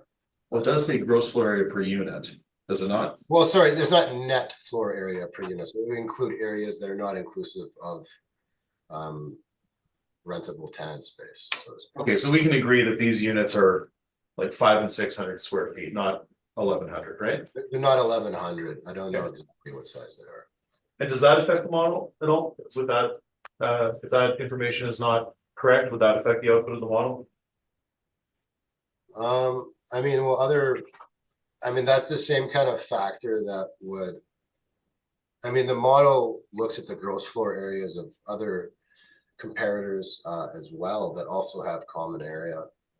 So it's something that it's kind of across the system. They're all looked at on that basis. Okay, and can we agree, just based on what we know about this property, that it would be fairly classified as an outlier? Is that a fair comment? It's not typical in any way.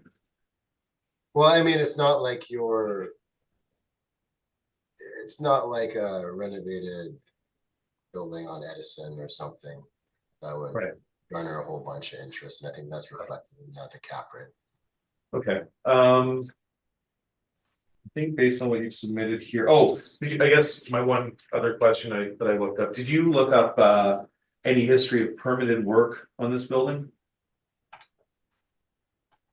I might have. I probably did. That's something that I usually do, but You found something you'd include it, right? I must have not included it then. Okay. So then you're aware that there have been exactly 2 permits in the last 25 years, once for a smoke alarm, once for a backflow valve. So very, very limited work done on this property over the past 25 years. Is that fair? Yeah, and that's pretty, I mean, you look at the outside of the building, I think it kind of almost speaks for itself. Yeah, it's pretty rough. Okay, those are my questions, Madam Chair. Thank you. Thank you, Mr. Story. Ms. Duncan, do you have any questions for the assessor?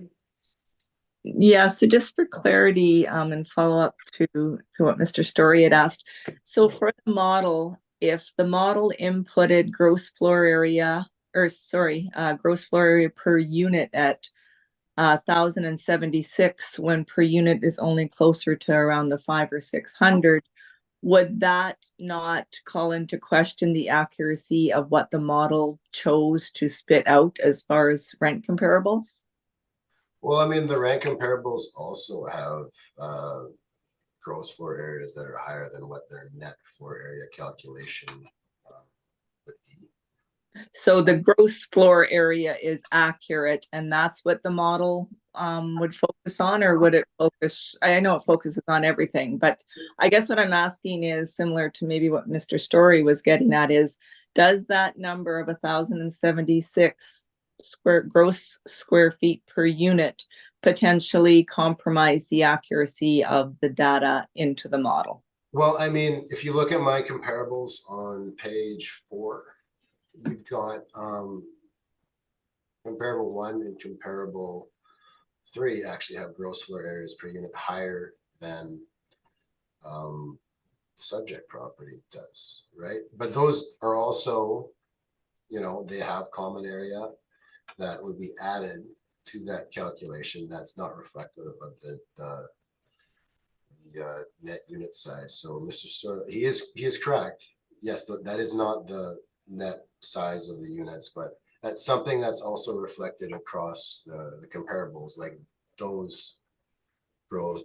If we had another column that said net floor area per unit, those numbers would all be lower as well. And that's why, I mean, I did a CMHC market analysis too, and it shows that we're 62% of, you know, if you average those 3 factors, I think probably the zone and the year are more important than the building unit count conclusion. But again, like you look at the outside of this building, we're only 62% of market rents. There hasn't been really much done to it. Like it should be a lot lower, and we're quite a bit lower than what that's what the CMHC tables are calculating. But I'm not suggesting that this property, it should be on the lower end. Like there's a spectrum, and it is, and I think that makes sense. So you think the overall factors of the rest of the model are consistent with that reflection, even though the number doesn't reflect the actual square footage, it doesn't of per unit. That's the same for all the comparables as well. Yeah, and that's how it's done. Like we don't have the net floor area for like all the buildings in the city. Like we don't have like the measurements of the hallways, and like we just don't have that data. So like we have like so. Okay. No, that, yeah. Thank you. Mr. Whitbread. Yeah, I wanted to pursue that too, because numbers are so important here, but I think all my questions have been answered. I'm not satisfied with your explanation. Sorry. Is there any, so can I clarify for you? Well, what do you need clarification from? But when I look at the math, I know you're telling me that's gross square foot area, but 1,076 square feet per unit does not translate down to 400 or 500 square feet for me. I think you mentioned at one point, these are probably 400 or 500 square foot apartments. So what this is a reflection of. So gross floor area is all the area in the building, mechanical rooms, yep, basements, whatnot, hallways, unoccupied area. So that number is just the gross floor area. So if you take 1299.16 and divide it by 12, you're going to get 1,076. So that's the same framework that the model has for my comparables on page 4. That's what I'm looking at, Matthew. Right. So those units, the units on Burroughs and Mountain, they're not 1,400 and almost 1,100 square foot. Those are smaller units because those buildings have common area, and rentable spaces as well. But So- would Sorry, you go ahead. agree, Matthew, that every floor has a hallway, I would imagine, and a stairwell, and maybe a small cleaning cupboard, but they don't have all got furnaces and air conditioners, etc. So you're factoring, if the model, not you, sorry, the model is factoring in, for example, all the service space in the basement as well, Yes, yep, to come up with this number. yep. And that's the same for all the properties as well. Mhm. So when you take these properties as a whole, you know, that is the row that we have just for gross floor area per unit. We don't have per unit size. If I went and tried to find comparables with a gross floor area per unit of whatever the size is, 500 or 600, then those units would actually be smaller. So this is the metric we have to compare to. All these numbers would be lower, including the subject property. Yeah. And ours falls within the range of the numbers. So You've repeated that 3 times, so it's getting through to me. It's just okay, yeah. this concept is not a logical concept, but I get it. I understand what you're saying. Thank you. No further questions. Thank you. And just to add to that, then that speaks to the importance of pulling comparables that are very similar to the subject property in terms of configuration and size, just because you want to compare apples to apples, and in terms of gross floor area. So I understand it. 100%. Okay, thank you. I have no additional questions either. So Mr. Story. Yes, thank you, Madam Chair. And just while it's fresh in our minds, I do want to point out that when we look at this concept of gross floor area per suite or whatever the model is doing, when we have buildings that were converted, there is not the same amount. Mr. Whitbread quite rightly pointed out that you have hallways, you have vertical penetrations, you have a cleaning cupboard, you might even have a laundry room, whatever. That's all fine. But when you're comparing purpose-built market apartments to a former steam bath, you're going to end up with an erroneous calculation. And just because they're all wrong doesn't make it any better that the property and subject is also wrong. So I just want to point that out because there's another one that we'll see later that has a very, very similar issue, and it is something that I wanted to bring up. So thank you for bringing that up. Now, again, we're at the 500 block of Manitoba Avenue. Drive by this property basically every day. I'll suggest to you that these photos show it in a very positive light. As of Tuesday, the present physical condition is it's in rough shape. It's a very old building. Again, it's on the 500 block of Manitoba Avenue facing McGregor. Now, in terms of what rents it might achieve, I think it's a risky business to take this property to the private market and try and rent these units for anything above what the assessor is saying. So even though I don't know that those rents are exactly right, we will accept them for lack of better information, and we've elected to take all the inherent risk of this property, the location, the age, the fact that it's a conversion, the fact that it has no modern history of economic profit. We've built that all into the cap rate. So effectively, just very quickly here, we've applied a cap rate of 7.5%. Now, I did include in my standalone cap rate study the valuation of income producing properties. It is there in its entirety, and it does indeed say that properties in the city of Winnipeg should be applied cap rates between it's 3.45 up to 7.95%.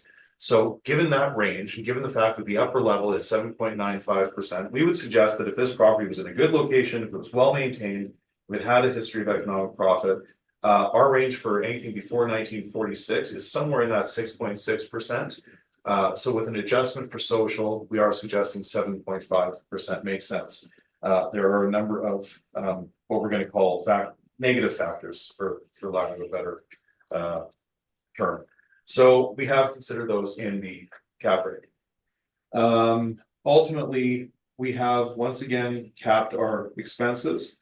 And this is on page 12 and it is again at 65%. This is one where we could very well look to capping at 70%.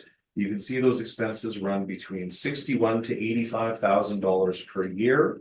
The assessor has used 51,240, or rather the model has kicked that rate out, and presumably that's based on a building that is built in the late 50s. However, we recognize that the envelope of this building is indeed from 1914.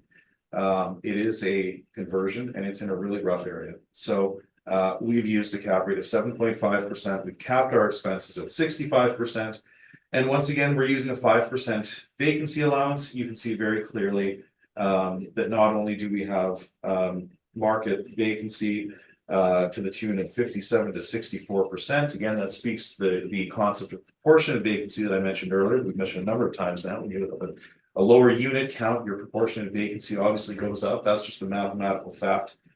And we also do have a touch of bad debt, which we don't typically see in social housing. So that's interesting. But ultimately, our effective gross income is very, very close. The assessor or the model is suggesting 82,539. We're suggesting 83,905. That's based on 593 a door. Frankly, I think that's a little high.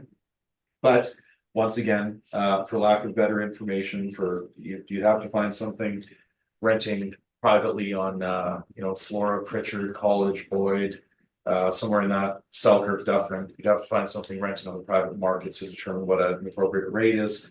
Based on CMHC and based on a downgrade from that, what the assessor's done and what we've reviewed, that seems okay, though a touch high. We've elected to put all the risk into the cap rate. So with that being said, our expenses are capped at 54,500, which again is 65% of our effective gross income, which is almost dead on with the assessor, with that small tick up to vacancy, leading us to a net operating income. Again, not very far off from the assessor. We're saying 29,405. They're saying 31,299. Capitalized with the rate of 7.5%, we come to an overall estimated market value at the reference date of $392,066, which we then round to $392,000. The repair and maintenance schedule is itemized for you on page 13 at $2,100 a door. Nothing out of the ordinary there. And the balance of the brief does indeed show the building is wood frame, has a brick veneer. It's built in 1914. 10-foot ceilings. We have our discussion papers about cap rates for affordable housing, including supporting documentation from the municipal board, as well as excerpts from a book by Mr. Richard Polton, an appraiser who talks about income limited properties, supporting our procedure of looking to market caps and then adjusting upward based on certain risk factors, let's say, that are inherent in social housing. So we have location. This is a major location issue here. The fact that we have a low income tenancy with no history of economic profit and overall age of the property. So with that being said, I think we've been very fair in assuming a value of $392,000 for this property, and I would respectfully submit that the value not exceed that. And I thank you and I welcome your questions. Thank you, Mr. Story. Mr. Brokos, do you have questions for Mr. Story? I do not.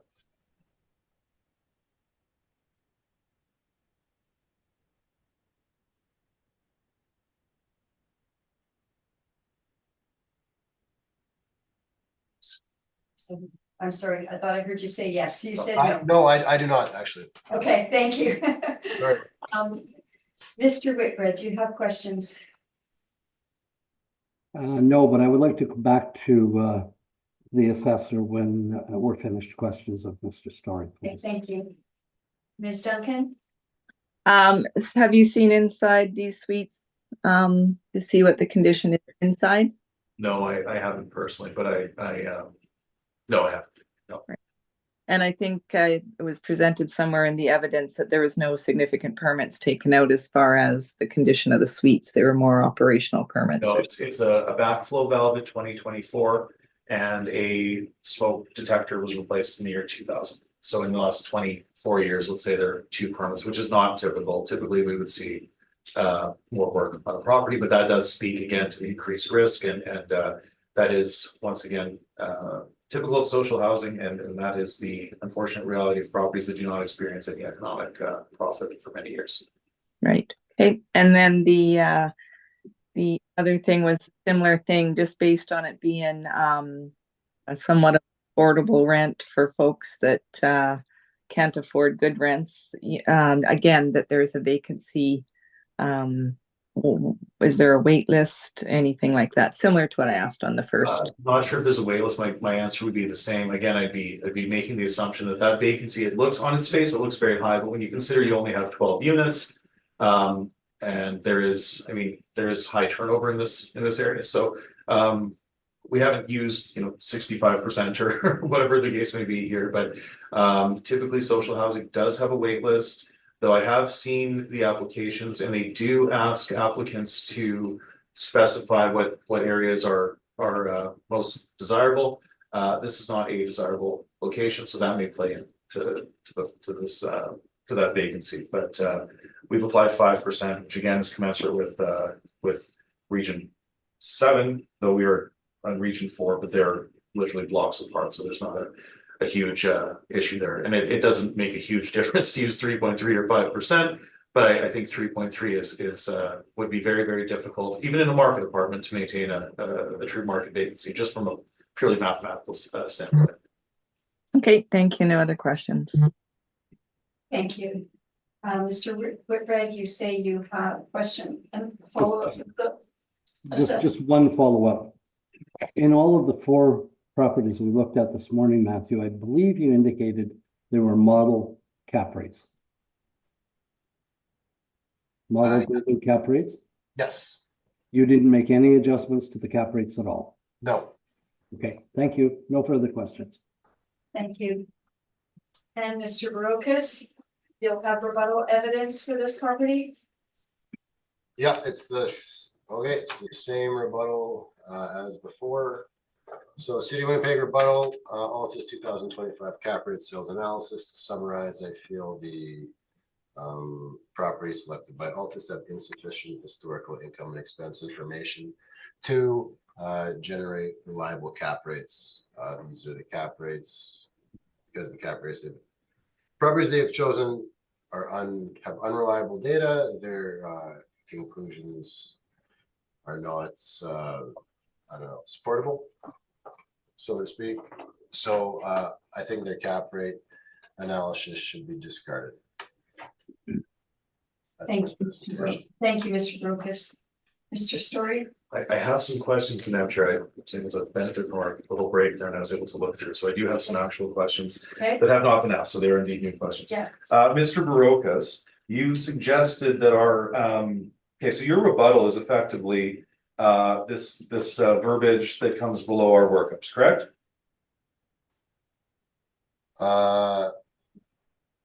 In terms of our stabilizations. I'm looking at Talbot. Those are some bullet points to kind of Right. Okay, so that's your rebuttal. When they can't remember everything I've said. Yeah, okay, so that's okay.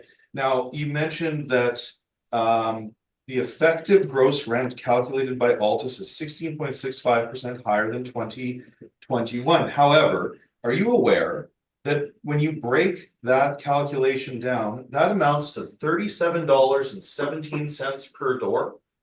Do you think that's an egregious adjustment to the effective gross income? Compared to the allowable rent control increase, I believe so.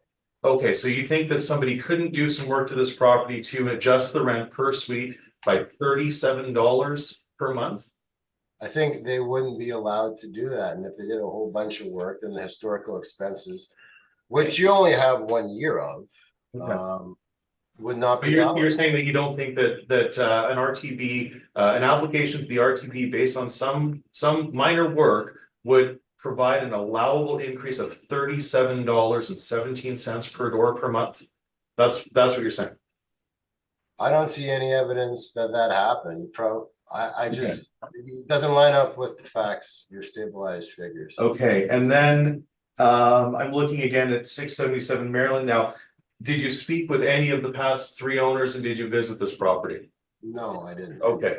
So did you follow up on with owners, purchasers, vendors, anyone in the market with regard to these sales? Your sales? No. There's Your only one- sales, my sales, any sales? No, we did company searches to see if they were, related. Okay.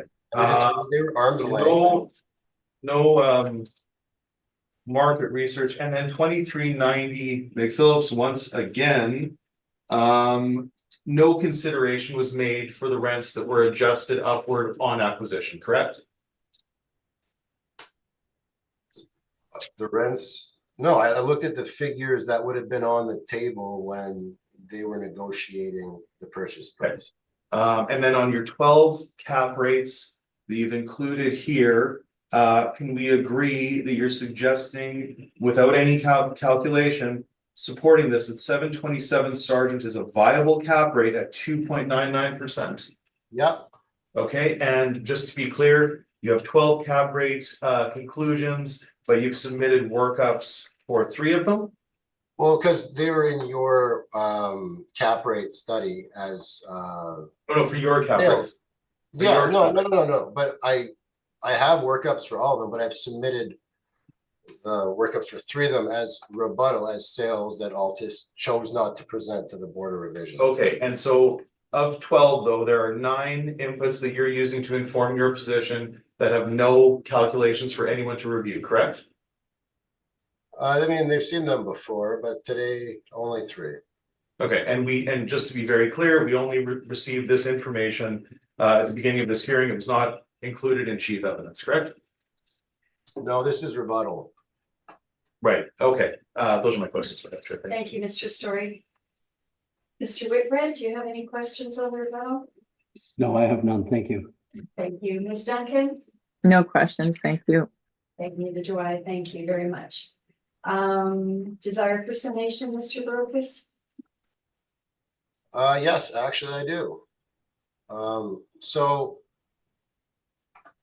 when you go to page 11 of Altus's brief for 588 Manitoba, they've got a chart of cap rates. The cap rates are based on sales with only 1 year of income and expenses. There's a whole bunch of other sales that have 3 years of income and expenses. If you think that the sales with 1 year of income and expenses are more valid than the 3 sales that I presented with 3 years of income and expenses, go with Jared's cap rate. If you think mine or a more fulsome and accurate description of how to generate a cap rate, go with my cap rates. On the table below, he has all these factors: wood frame, social housing, amenities, no amenities, so on and so forth. Generates a cap rate of 7.5. He doesn't have any sort of mathematical calculation or support. It's just arbitrary increases. So it's arbitrary increases on an unsupportable cap rate table. Therefore, you should discard their cap rate analysis. Thank you. Thank you, Mr. Brokus. Mr. Story? Yes, thank you, Madam Chair. So that's tacitly wrong. We've provided a number of cap rates. We've supported them with what the brokers are saying. The assessment department, once again, is putting forward to the board, to the ratepayer and their agents, that these cap rates ought to range between 2.99 to 7.95%, with only 3 calculations. One of them being, one of them not showing the 2.99. We have included former board orders. We've included the leading voice on the matter of how best to value income limited property, so social housing. And it effectively says that what you ought to do, the correct practice, is to look at market cap rates and then adjust upward. And they talk about 4 factors. They talk about low income tenancy, they talk about location, condition, and the lack of economic profit. That's what we've done. That's always been our approach to social housing. In terms of the city's cap rates, they've provided you with nothing. So it's interesting that the assessor is suggesting that our cap rates not be considered. I would suggest to you that until such time as the city provides any sort of data or calculations that can be reviewed thoroughly, that their cap rates should be given very little weight, and that we should look to the submission of Altus, which is supported by the brokers and the activity in the market. And thank you. Thank you very much. That concludes item number 4. Item number 5 is 200 Charles Street. Mr. Barocas. Okay, file 24-2272. Roll number 140-200-30000 200 Charles Street. It's another Winnipeg Housing and Rehabilitation Corporation. Property 509,000, 1910, 1940 on the effective year built. 10 suites, 3 outdoor parking spots. Good for request for income information. No subject sale history. Page 3. There's 6 1-bedroom and 4 2-bedroom for 10 units total. Average monthly rent $677.14. Cap rate 6.45 as per the model. 58.2% expense ratio. 50,000 per unit. So we've got our rent comparables here on page 4. You see that our average unit is 677. So we're below the comparables. And then I did the CMHC market report analysis, the conclusion on page 6 for 70% of the modeled rents. Cap rate evidence is on page 7, all 3-year stabilizations. No pro forma guessing there. On page 8, we see the overall broker reports, and page 9 is the automatic municipal active suites. Then on page 10, you've got the exterior photos. On page 11, we've got a permit for $35,000 for some interior alterations to the main floor of an existing 10-unit 2-story apartment building. Alterations to the living room, kitchen, bedroom, bathroom, replace insulation, drywall, interior finishes. Minor alterations to the interior hallway. So they've done some stuff back in 2008. Then we've got the mailer and then the CMHC tables. That's my evidence. Thank you. Thank you, Mr. Barocas. Mr. Story. Yes, I have a few questions, Madam Chair. Thank you. Once again, have you visited this property? No. Do you have a sense of the location? Would you consider it a difficult or troubling location to rent apartments, you suppose? It's not the most desirable location in the city. Right. Okay.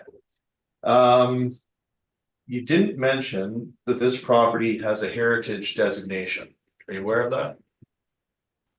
I believe looking through your briefs that I saw that somewhere. So it has a grade 3 heritage designation, which means, are you aware then that means that any permitted work that is done to this property goes through a separate permitting process? Are you aware of that? I'm aware it has a heritage designation. There's additional steps in the permitting. Additional, oh, right, okay, and typically that includes using only vendors that are approved, and effectively just the long and the short of it is that renos become more costly. Is that a fair comment?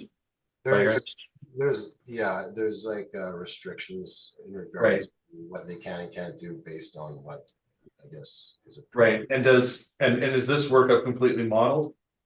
Yes. Okay. Are you aware that this building was actually abandoned from 1967 to about 1990? And I don't know what page that's on in my brief. It's in my brief, and I wonder if you. You can't ask questions about your Fair brief. Okay. Stick to his brief, okay? Yeah.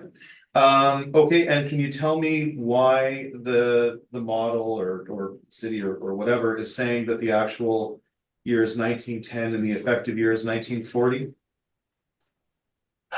I could check the notes, but I do have that permit on page 11 showing that they've done some interior alterations. They replaced the insulation, Okay. drywall, and interior finishes. So it's not like original to it. I mean, I could dig up the note, but it's not. They've done some stuff. by the looks. Right, because it was originally a police station, correct? I'm not sure. Okay. Okay, it's all modeled, that's fine. Did you consider the actuals that were reported at all, for the purpose of our discussion today? I did not. Okay. And you've elected to include this permit. Now, can we agree that $35,000 16 years ago, that shouldn't really have any bearing on the effective age or valuation today, should it? Well, I mean, they replaced the insulation and drywall in 2008. If what was in there before was from decades in the past, I would think that that has an effect on the effective age. And, you know, alterations to kitchens, living room, bedroom. So no, I wouldn't agree with that. Okay, but it is a conversion, correct? You are aware of that? Yeah, well, not, I'm just taking your word for it at this point. Okay, that's fine. I'll save the rest for my presentation. Thank you, Madam Chair. Thank you, Mr. Story. Ms. Duncan, do you have any questions for the assessor? No question, thank you. Thank you. Mr. Whitworth? I have none, thank you. And neither do I. Mr. Story then? Yes, thank you, Madam Chair. So once again, we are in a social housing property in the north end. The heart of the north end, we've got the old police substation that was converted to social housing in, I believe it was in 1967. I'm sorry, it was converted in the 1990s. It was abandoned between the years 1967 and 1990. It was abandoned when the police operations were consolidated in the public safety building. That's the history of this property. So it was, I believe it was effectively gifted to Winnipeg Housing to create a social housing asset in the north end. It's between Burroughs and Manitoba. So again, difficult location. I have visited from the exterior. It is a very old building that's been converted. So you've got some photos that you can see. We did consider a number of factors, including the actual reported expenses. Now, we have provided you with a table of cap rates for good properties and good locations, which again is supported by the market. We do adjust upward for social housing. So buildings built pre-1946 are typically applied a cap rate of 6.1 to 6.6, but that's provided that they are in good locations. They have healthy cash flows, that they are well maintained. That is not what this property is. It's a older property, no history of economic profit, grade 3 heritage designation. Now I touched on it with the assessor, but ultimately that is it's a great thing that we have heritage buildings, but the owners pay a premium to maintain them. They don't receive grants or any such thing to subtend the operations of these buildings, but rather they need to go through a separate permitting process based on the heritage bylaw. In order to do any sort of work, they have to deal with trusted suppliers. So ultimately, all that results in repairs and maintenance that are far more costly than they would be had the property not been under the under a heritage designation. Heritage designation also comes with a caveat on title, and that runs with the property. So any next potential purchaser will that caveat will be on title, and those restrictions will carry forward. So that's now, with all of that being said, I think that we're a little light on this cap rate at 7%. I think we could be higher. I do think that the previous one we looked at 7.5%, it is in rougher condition and it's in a worse area. So it does all make sense. 7%, I believe is reasonable, if not a touch low. We have once again capped the expenses at 65% of the EGI. Same story as a number of these on our docket today. We've accepted the rent of $677 a month per door on average, though I have some trepidation about that, but we have I think quite fairly baked the risk into the cap rate that we have applied here. We have made adjustments. This is not modeled. This is based on our own analysis. We are using a 5% vacancy now. Curiously, we are seeing far more bad debt in this property than we would typically see, and we're also seeing high vacancy. So again, we're not using something that mirrors the actual vacancy in the property. We're moving it up to 5% from 3.3, which has a effectively like a very nominal effect. But we do believe that it should be higher than market, and the balance of that risk should be baked into the cap rate. Once again, you can see that the standard expenses between March 31, 21 and March 31, 23 run from 56,645 to 64,314. We've used 50,150. So that's quite low based on the actual expenses.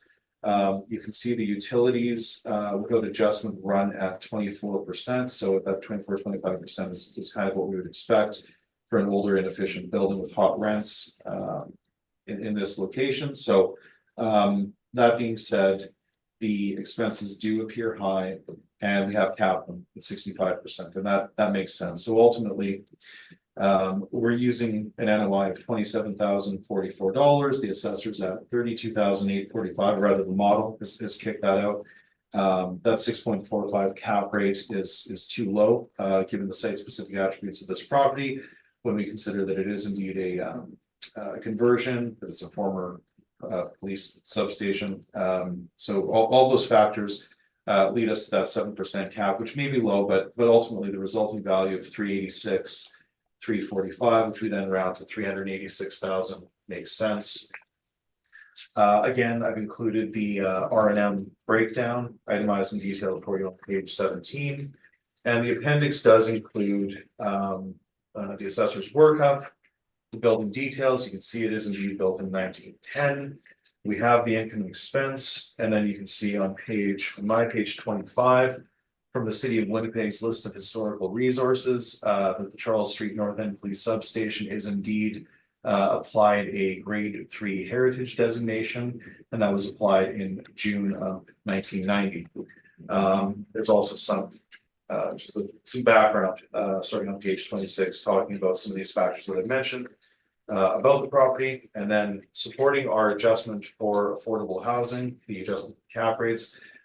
This is in every brief save for the one that's not social housing. That is included here for your perusal. We do discuss the tax evaluation and market studies for affordable housing by Mr. Richard Polton, and then we also discuss the leading municipal board orders, and we provide them for your information, though I know that we're not bound by them at this board, but they are there for your perusal should you wish. We have some photos. Again, I was there on this past Tuesday. Exterior inspection, and I feel very comfortable suggesting that the value ought to be 386,000. With that, I'm happy to take your questions, and I thank you. Thank you, Mr. Story. Mr. Brokest, questions for Mr. Story? No questions. Thank you. Mr. Whitbread, No, I have no questions. Thank you. thank you very much. And Ms. Duncan? And just no pictures of the inside again, right? No, unfortunately, no, I don't have them. So, but just the exterior. But we can assume that they're not. Well, we haven't made an adjustment for interior condition, but we can assume, I think, quite reasonably that they would be utility grade, let's say. Right. Okay. Yeah, because they were put in, 10 units were put in as a conversion in 1990. They'd be about 34 years old. Right. Yeah.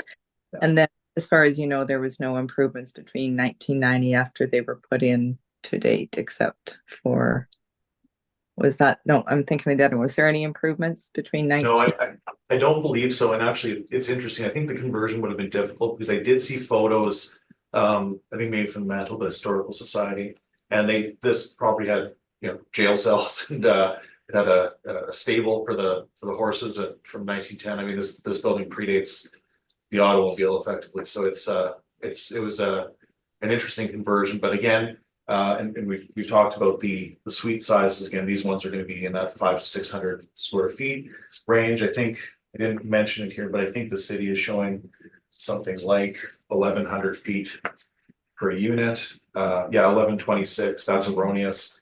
It is again a conversion, so there's going to be more, let's call it unleasable space than you would typically find in a regularly set up apartment building. Right. Thank you. No other. Thank you very much. And I have no questions. Mr. Brokus, could you summarize your rebuttal evidence? Yeah, no problem. So rebuttal of the Altus cap rates study being that the properties that Altus selected to present have insufficient income and expenses to generate a net operating income to come up with reliable cap rate estimates. These are the properties they're using to substantiate the cap rates they're applying to their properties. So in my opinion, based on their workups, you shouldn't consider their cap rate conclusions. Thank you. Thank you very much. Mr. Story? Yes, so Mr. Barokas, just once again, your contention on Talbot is based on the EGI provided by Altus, but can we agree that amounts to $37 per door? That's what your that's your issue, why you're saying it's unusable, correct? No, my issue is that the main issue actually is you only have 1 year of income and expenses when there's a ton of properties that have 3 years that you guys chose not to present. If you guys need help finding properties, I can help you. I got a whole list with properties with 3 years of income and expenses, and we can fill your cap rate table up with those. Sorry, so your answer though, I'm suggesting that you're saying that your problem with this one though, as your rebuttal is simply these little jot notes underneath our workup. 1 year of income and expense information is insufficient in determining a cap rate. That's not what it, okay, right, and then it says, you're talking about the rent control increases, and then you're concerned with our adjustment to the EGI, but can we agree that mathematically that amounts to $37.17 per door per month? It does, but that property gets kicked out of consideration because there's only 1 year of income and expense information before we even get that.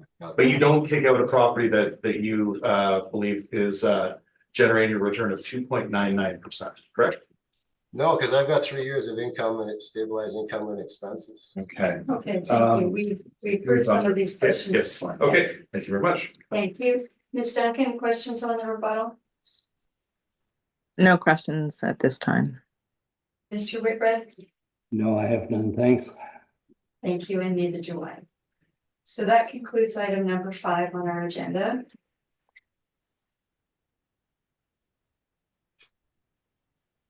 Moving to number 7 on our agenda. 301 Church. Just give us a minute to open this up.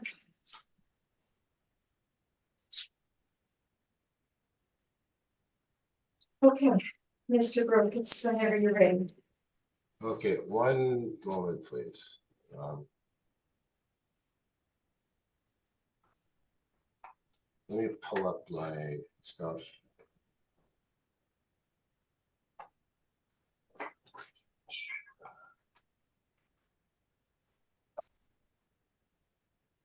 Sorry.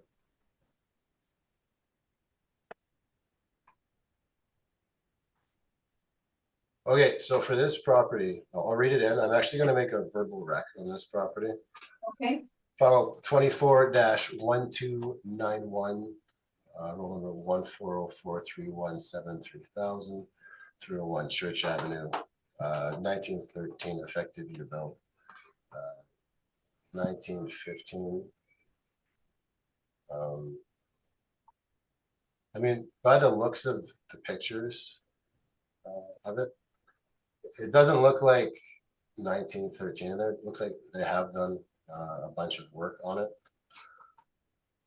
I mean, that being said, I am going to make a verbal rec based on the income and expenses that last submitted to the property. So it's a net operating income of $53,060, which is actually the Altus workup. Net operating income. So I'm going to use the 137,536 is the EGI, and then 76,857, or rather, no, sorry, 84,940 is the expenses, and the net operating income is 53,060 with a 6.5 cap, which we both agree upon, calculates 816,000 rounded. So that's my recommendation, which is also. Thank you.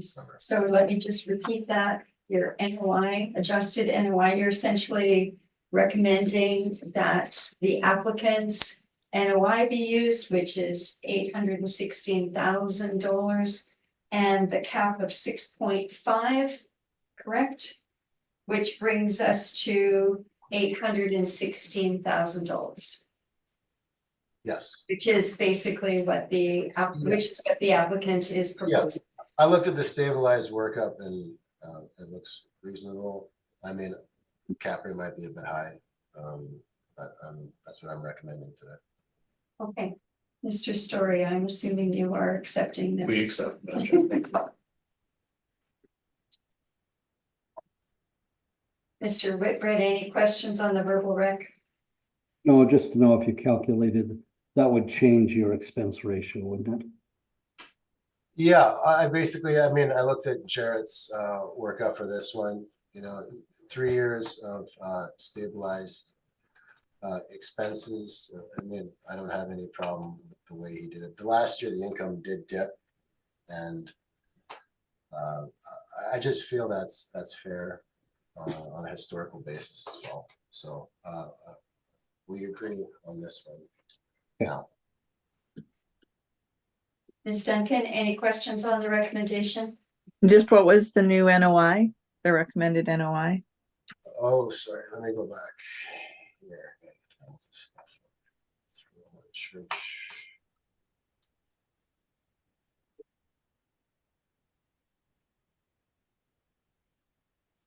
The new NOI is Wouldn't it be 6.75? No, the NOI.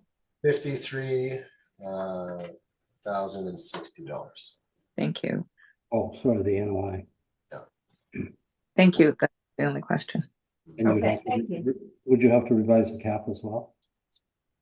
No, I'm actually not changing the cap on this one. Okay.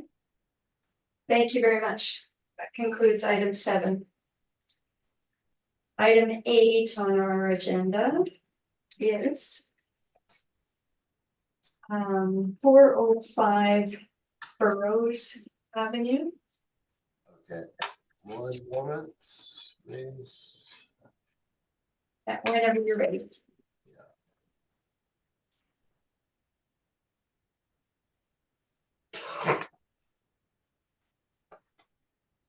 Yeah.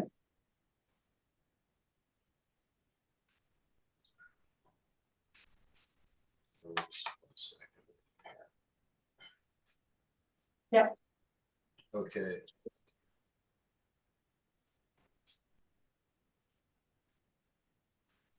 Okay, so 405 Burroughs, file number 24-2271, roll number 14030341000. It's another Winnipeg Housing and Rehabilitation Corporation property. Assessed value $1,082,000. 1911, 1970 effective year built on it. So I'm going to make a verbal rec on this one too. Just based on the overall age of the property. It was built in 1911. You can see the pictures on page 10. I'll just give you some context before I read you the numbers. I'm not sure why the expense ratio is 47.96 for a building that's 1911. It was converted from its former use, I believe it was in the 90s, if my memory is correct, to this low-income housing. That being said, when you're looking at the other properties on this docket, this expense ratio is not consistent with other properties with actual year builds of this vintage, with kind of utilitarian conversion level renovations. So long story short, I'm going to make a rec changing the expense ratio on it. So I'll read the numbers out to you. So It's based on, maybe if you go to page 3, and you could kind of do you can do your marks there. So I'm using the same effective gross income of 134,075, but I'm changing the expense ratio to 59.33, which is it's the average of the expense ratios of the properties that were built. Mackenzie, Manitoba, Charles and Church, they're all built between 1910 and 1915. They all have expense ratios between 55 and 62 by the model. So I just took the average of that at 59.33. I don't think it's right that this one, the model put out 47%. I'm not sure why it did. Maybe it's an income quality thing that needs to be reviewed in our model. So anyway, that generates expenses of 79,546.70. The net operating income of 54,528.30, and a cap rate of 6.45, which I'm not changing. Recommended assessment 845,000 rounded. And that's my recommendation. I'll just pause there. Okay, can you just give me your final number again? 845,000. Rounded. Okay, so I'll just repeat that. You're using your existing effective gross income of 134,75. You're changing the expense rate to 59.33, giving you a new NOI of 54,528, capped at 66.45, gives you a new number of 845,000, correct? Yes, that's correct. Mr. Story. No, I'd like to proceed, but I'll be very brief. Keep my comments to the cap rate. It's now we're in line. Thank you. Okay, so Mr. Story has not accepted your cap rate. So Mr. Story, you can ask questions of the assessor then. It's not a lot about cap rate here. I think I don't have any questions, and I'll leave everything to my presentation. Thank you very much. Mr. Whitbread. I have none, thanks. Ms. Duncan. No questions, thanks. Thank you. Okay, Mr. Story. Yes, thank you, Madam Chair, and thank you for the recommendation, Mr. Brooks, but I do think we're still a little ways off on that cap rate, and I'm gonna try to explain why. So we have a building built in 1911. We're at the corner of Burroughs and Salter. Again, another challenging location, which appears to be the theme of this docket. The property also has a heritage designation. It's the former St. John's Telephone Building. So that is a consideration.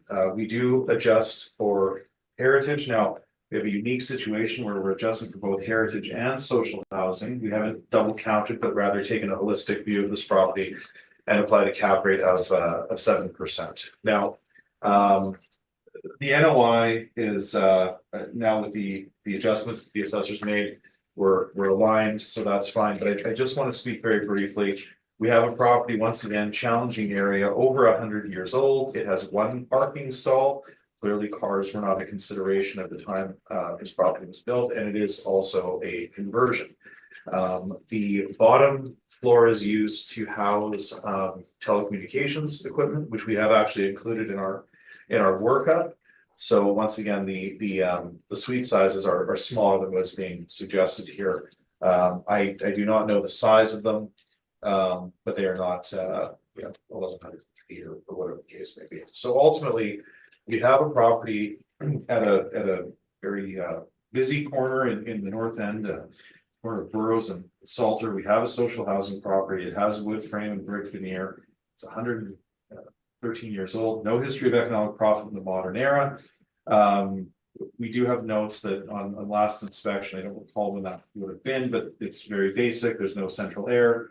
we have the heritage designation, we have the low number of suites. So all of those factors, when we look at properties in good locations with a history of economic profit, we would suggest somewhere between 6.1 to 6.6. So ultimately, I feel very, very comfortable with my value of 781 rounded, and that is that's based on my NOI as calculated here. The assessor is within range, certainly, but I'm simply requesting that the board adjust this cap rate to 7% for these very, very specific factors.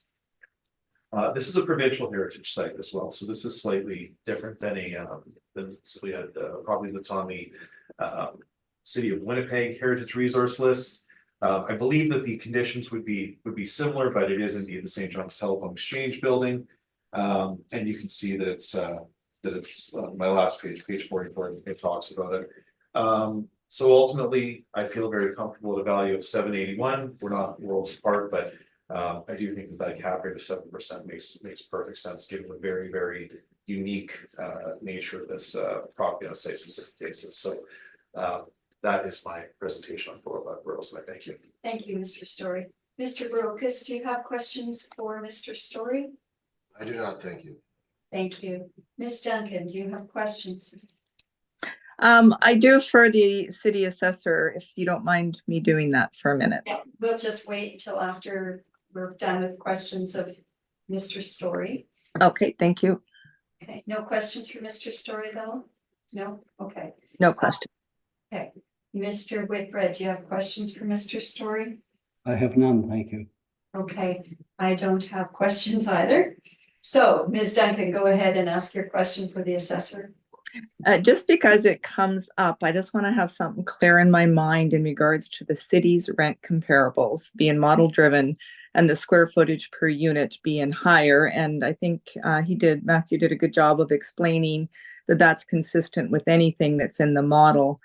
So therefore it doesn't have, it doesn't mess up the model concept because it's consistent.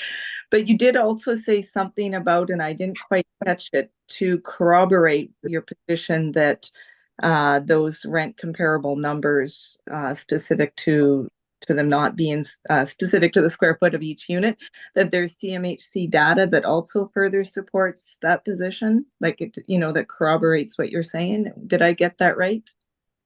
Yes. So, and I thought you said there was two things that maybe further corroborated that position, that the numbers were effective or accurate. Well, yeah, I mean, I looked at comparables, and then I also look at the market reports, knowing that they're utilitarian in nature based on they're kind of like purpose built in a way. They shouldn't be like at or above what at least the averages are.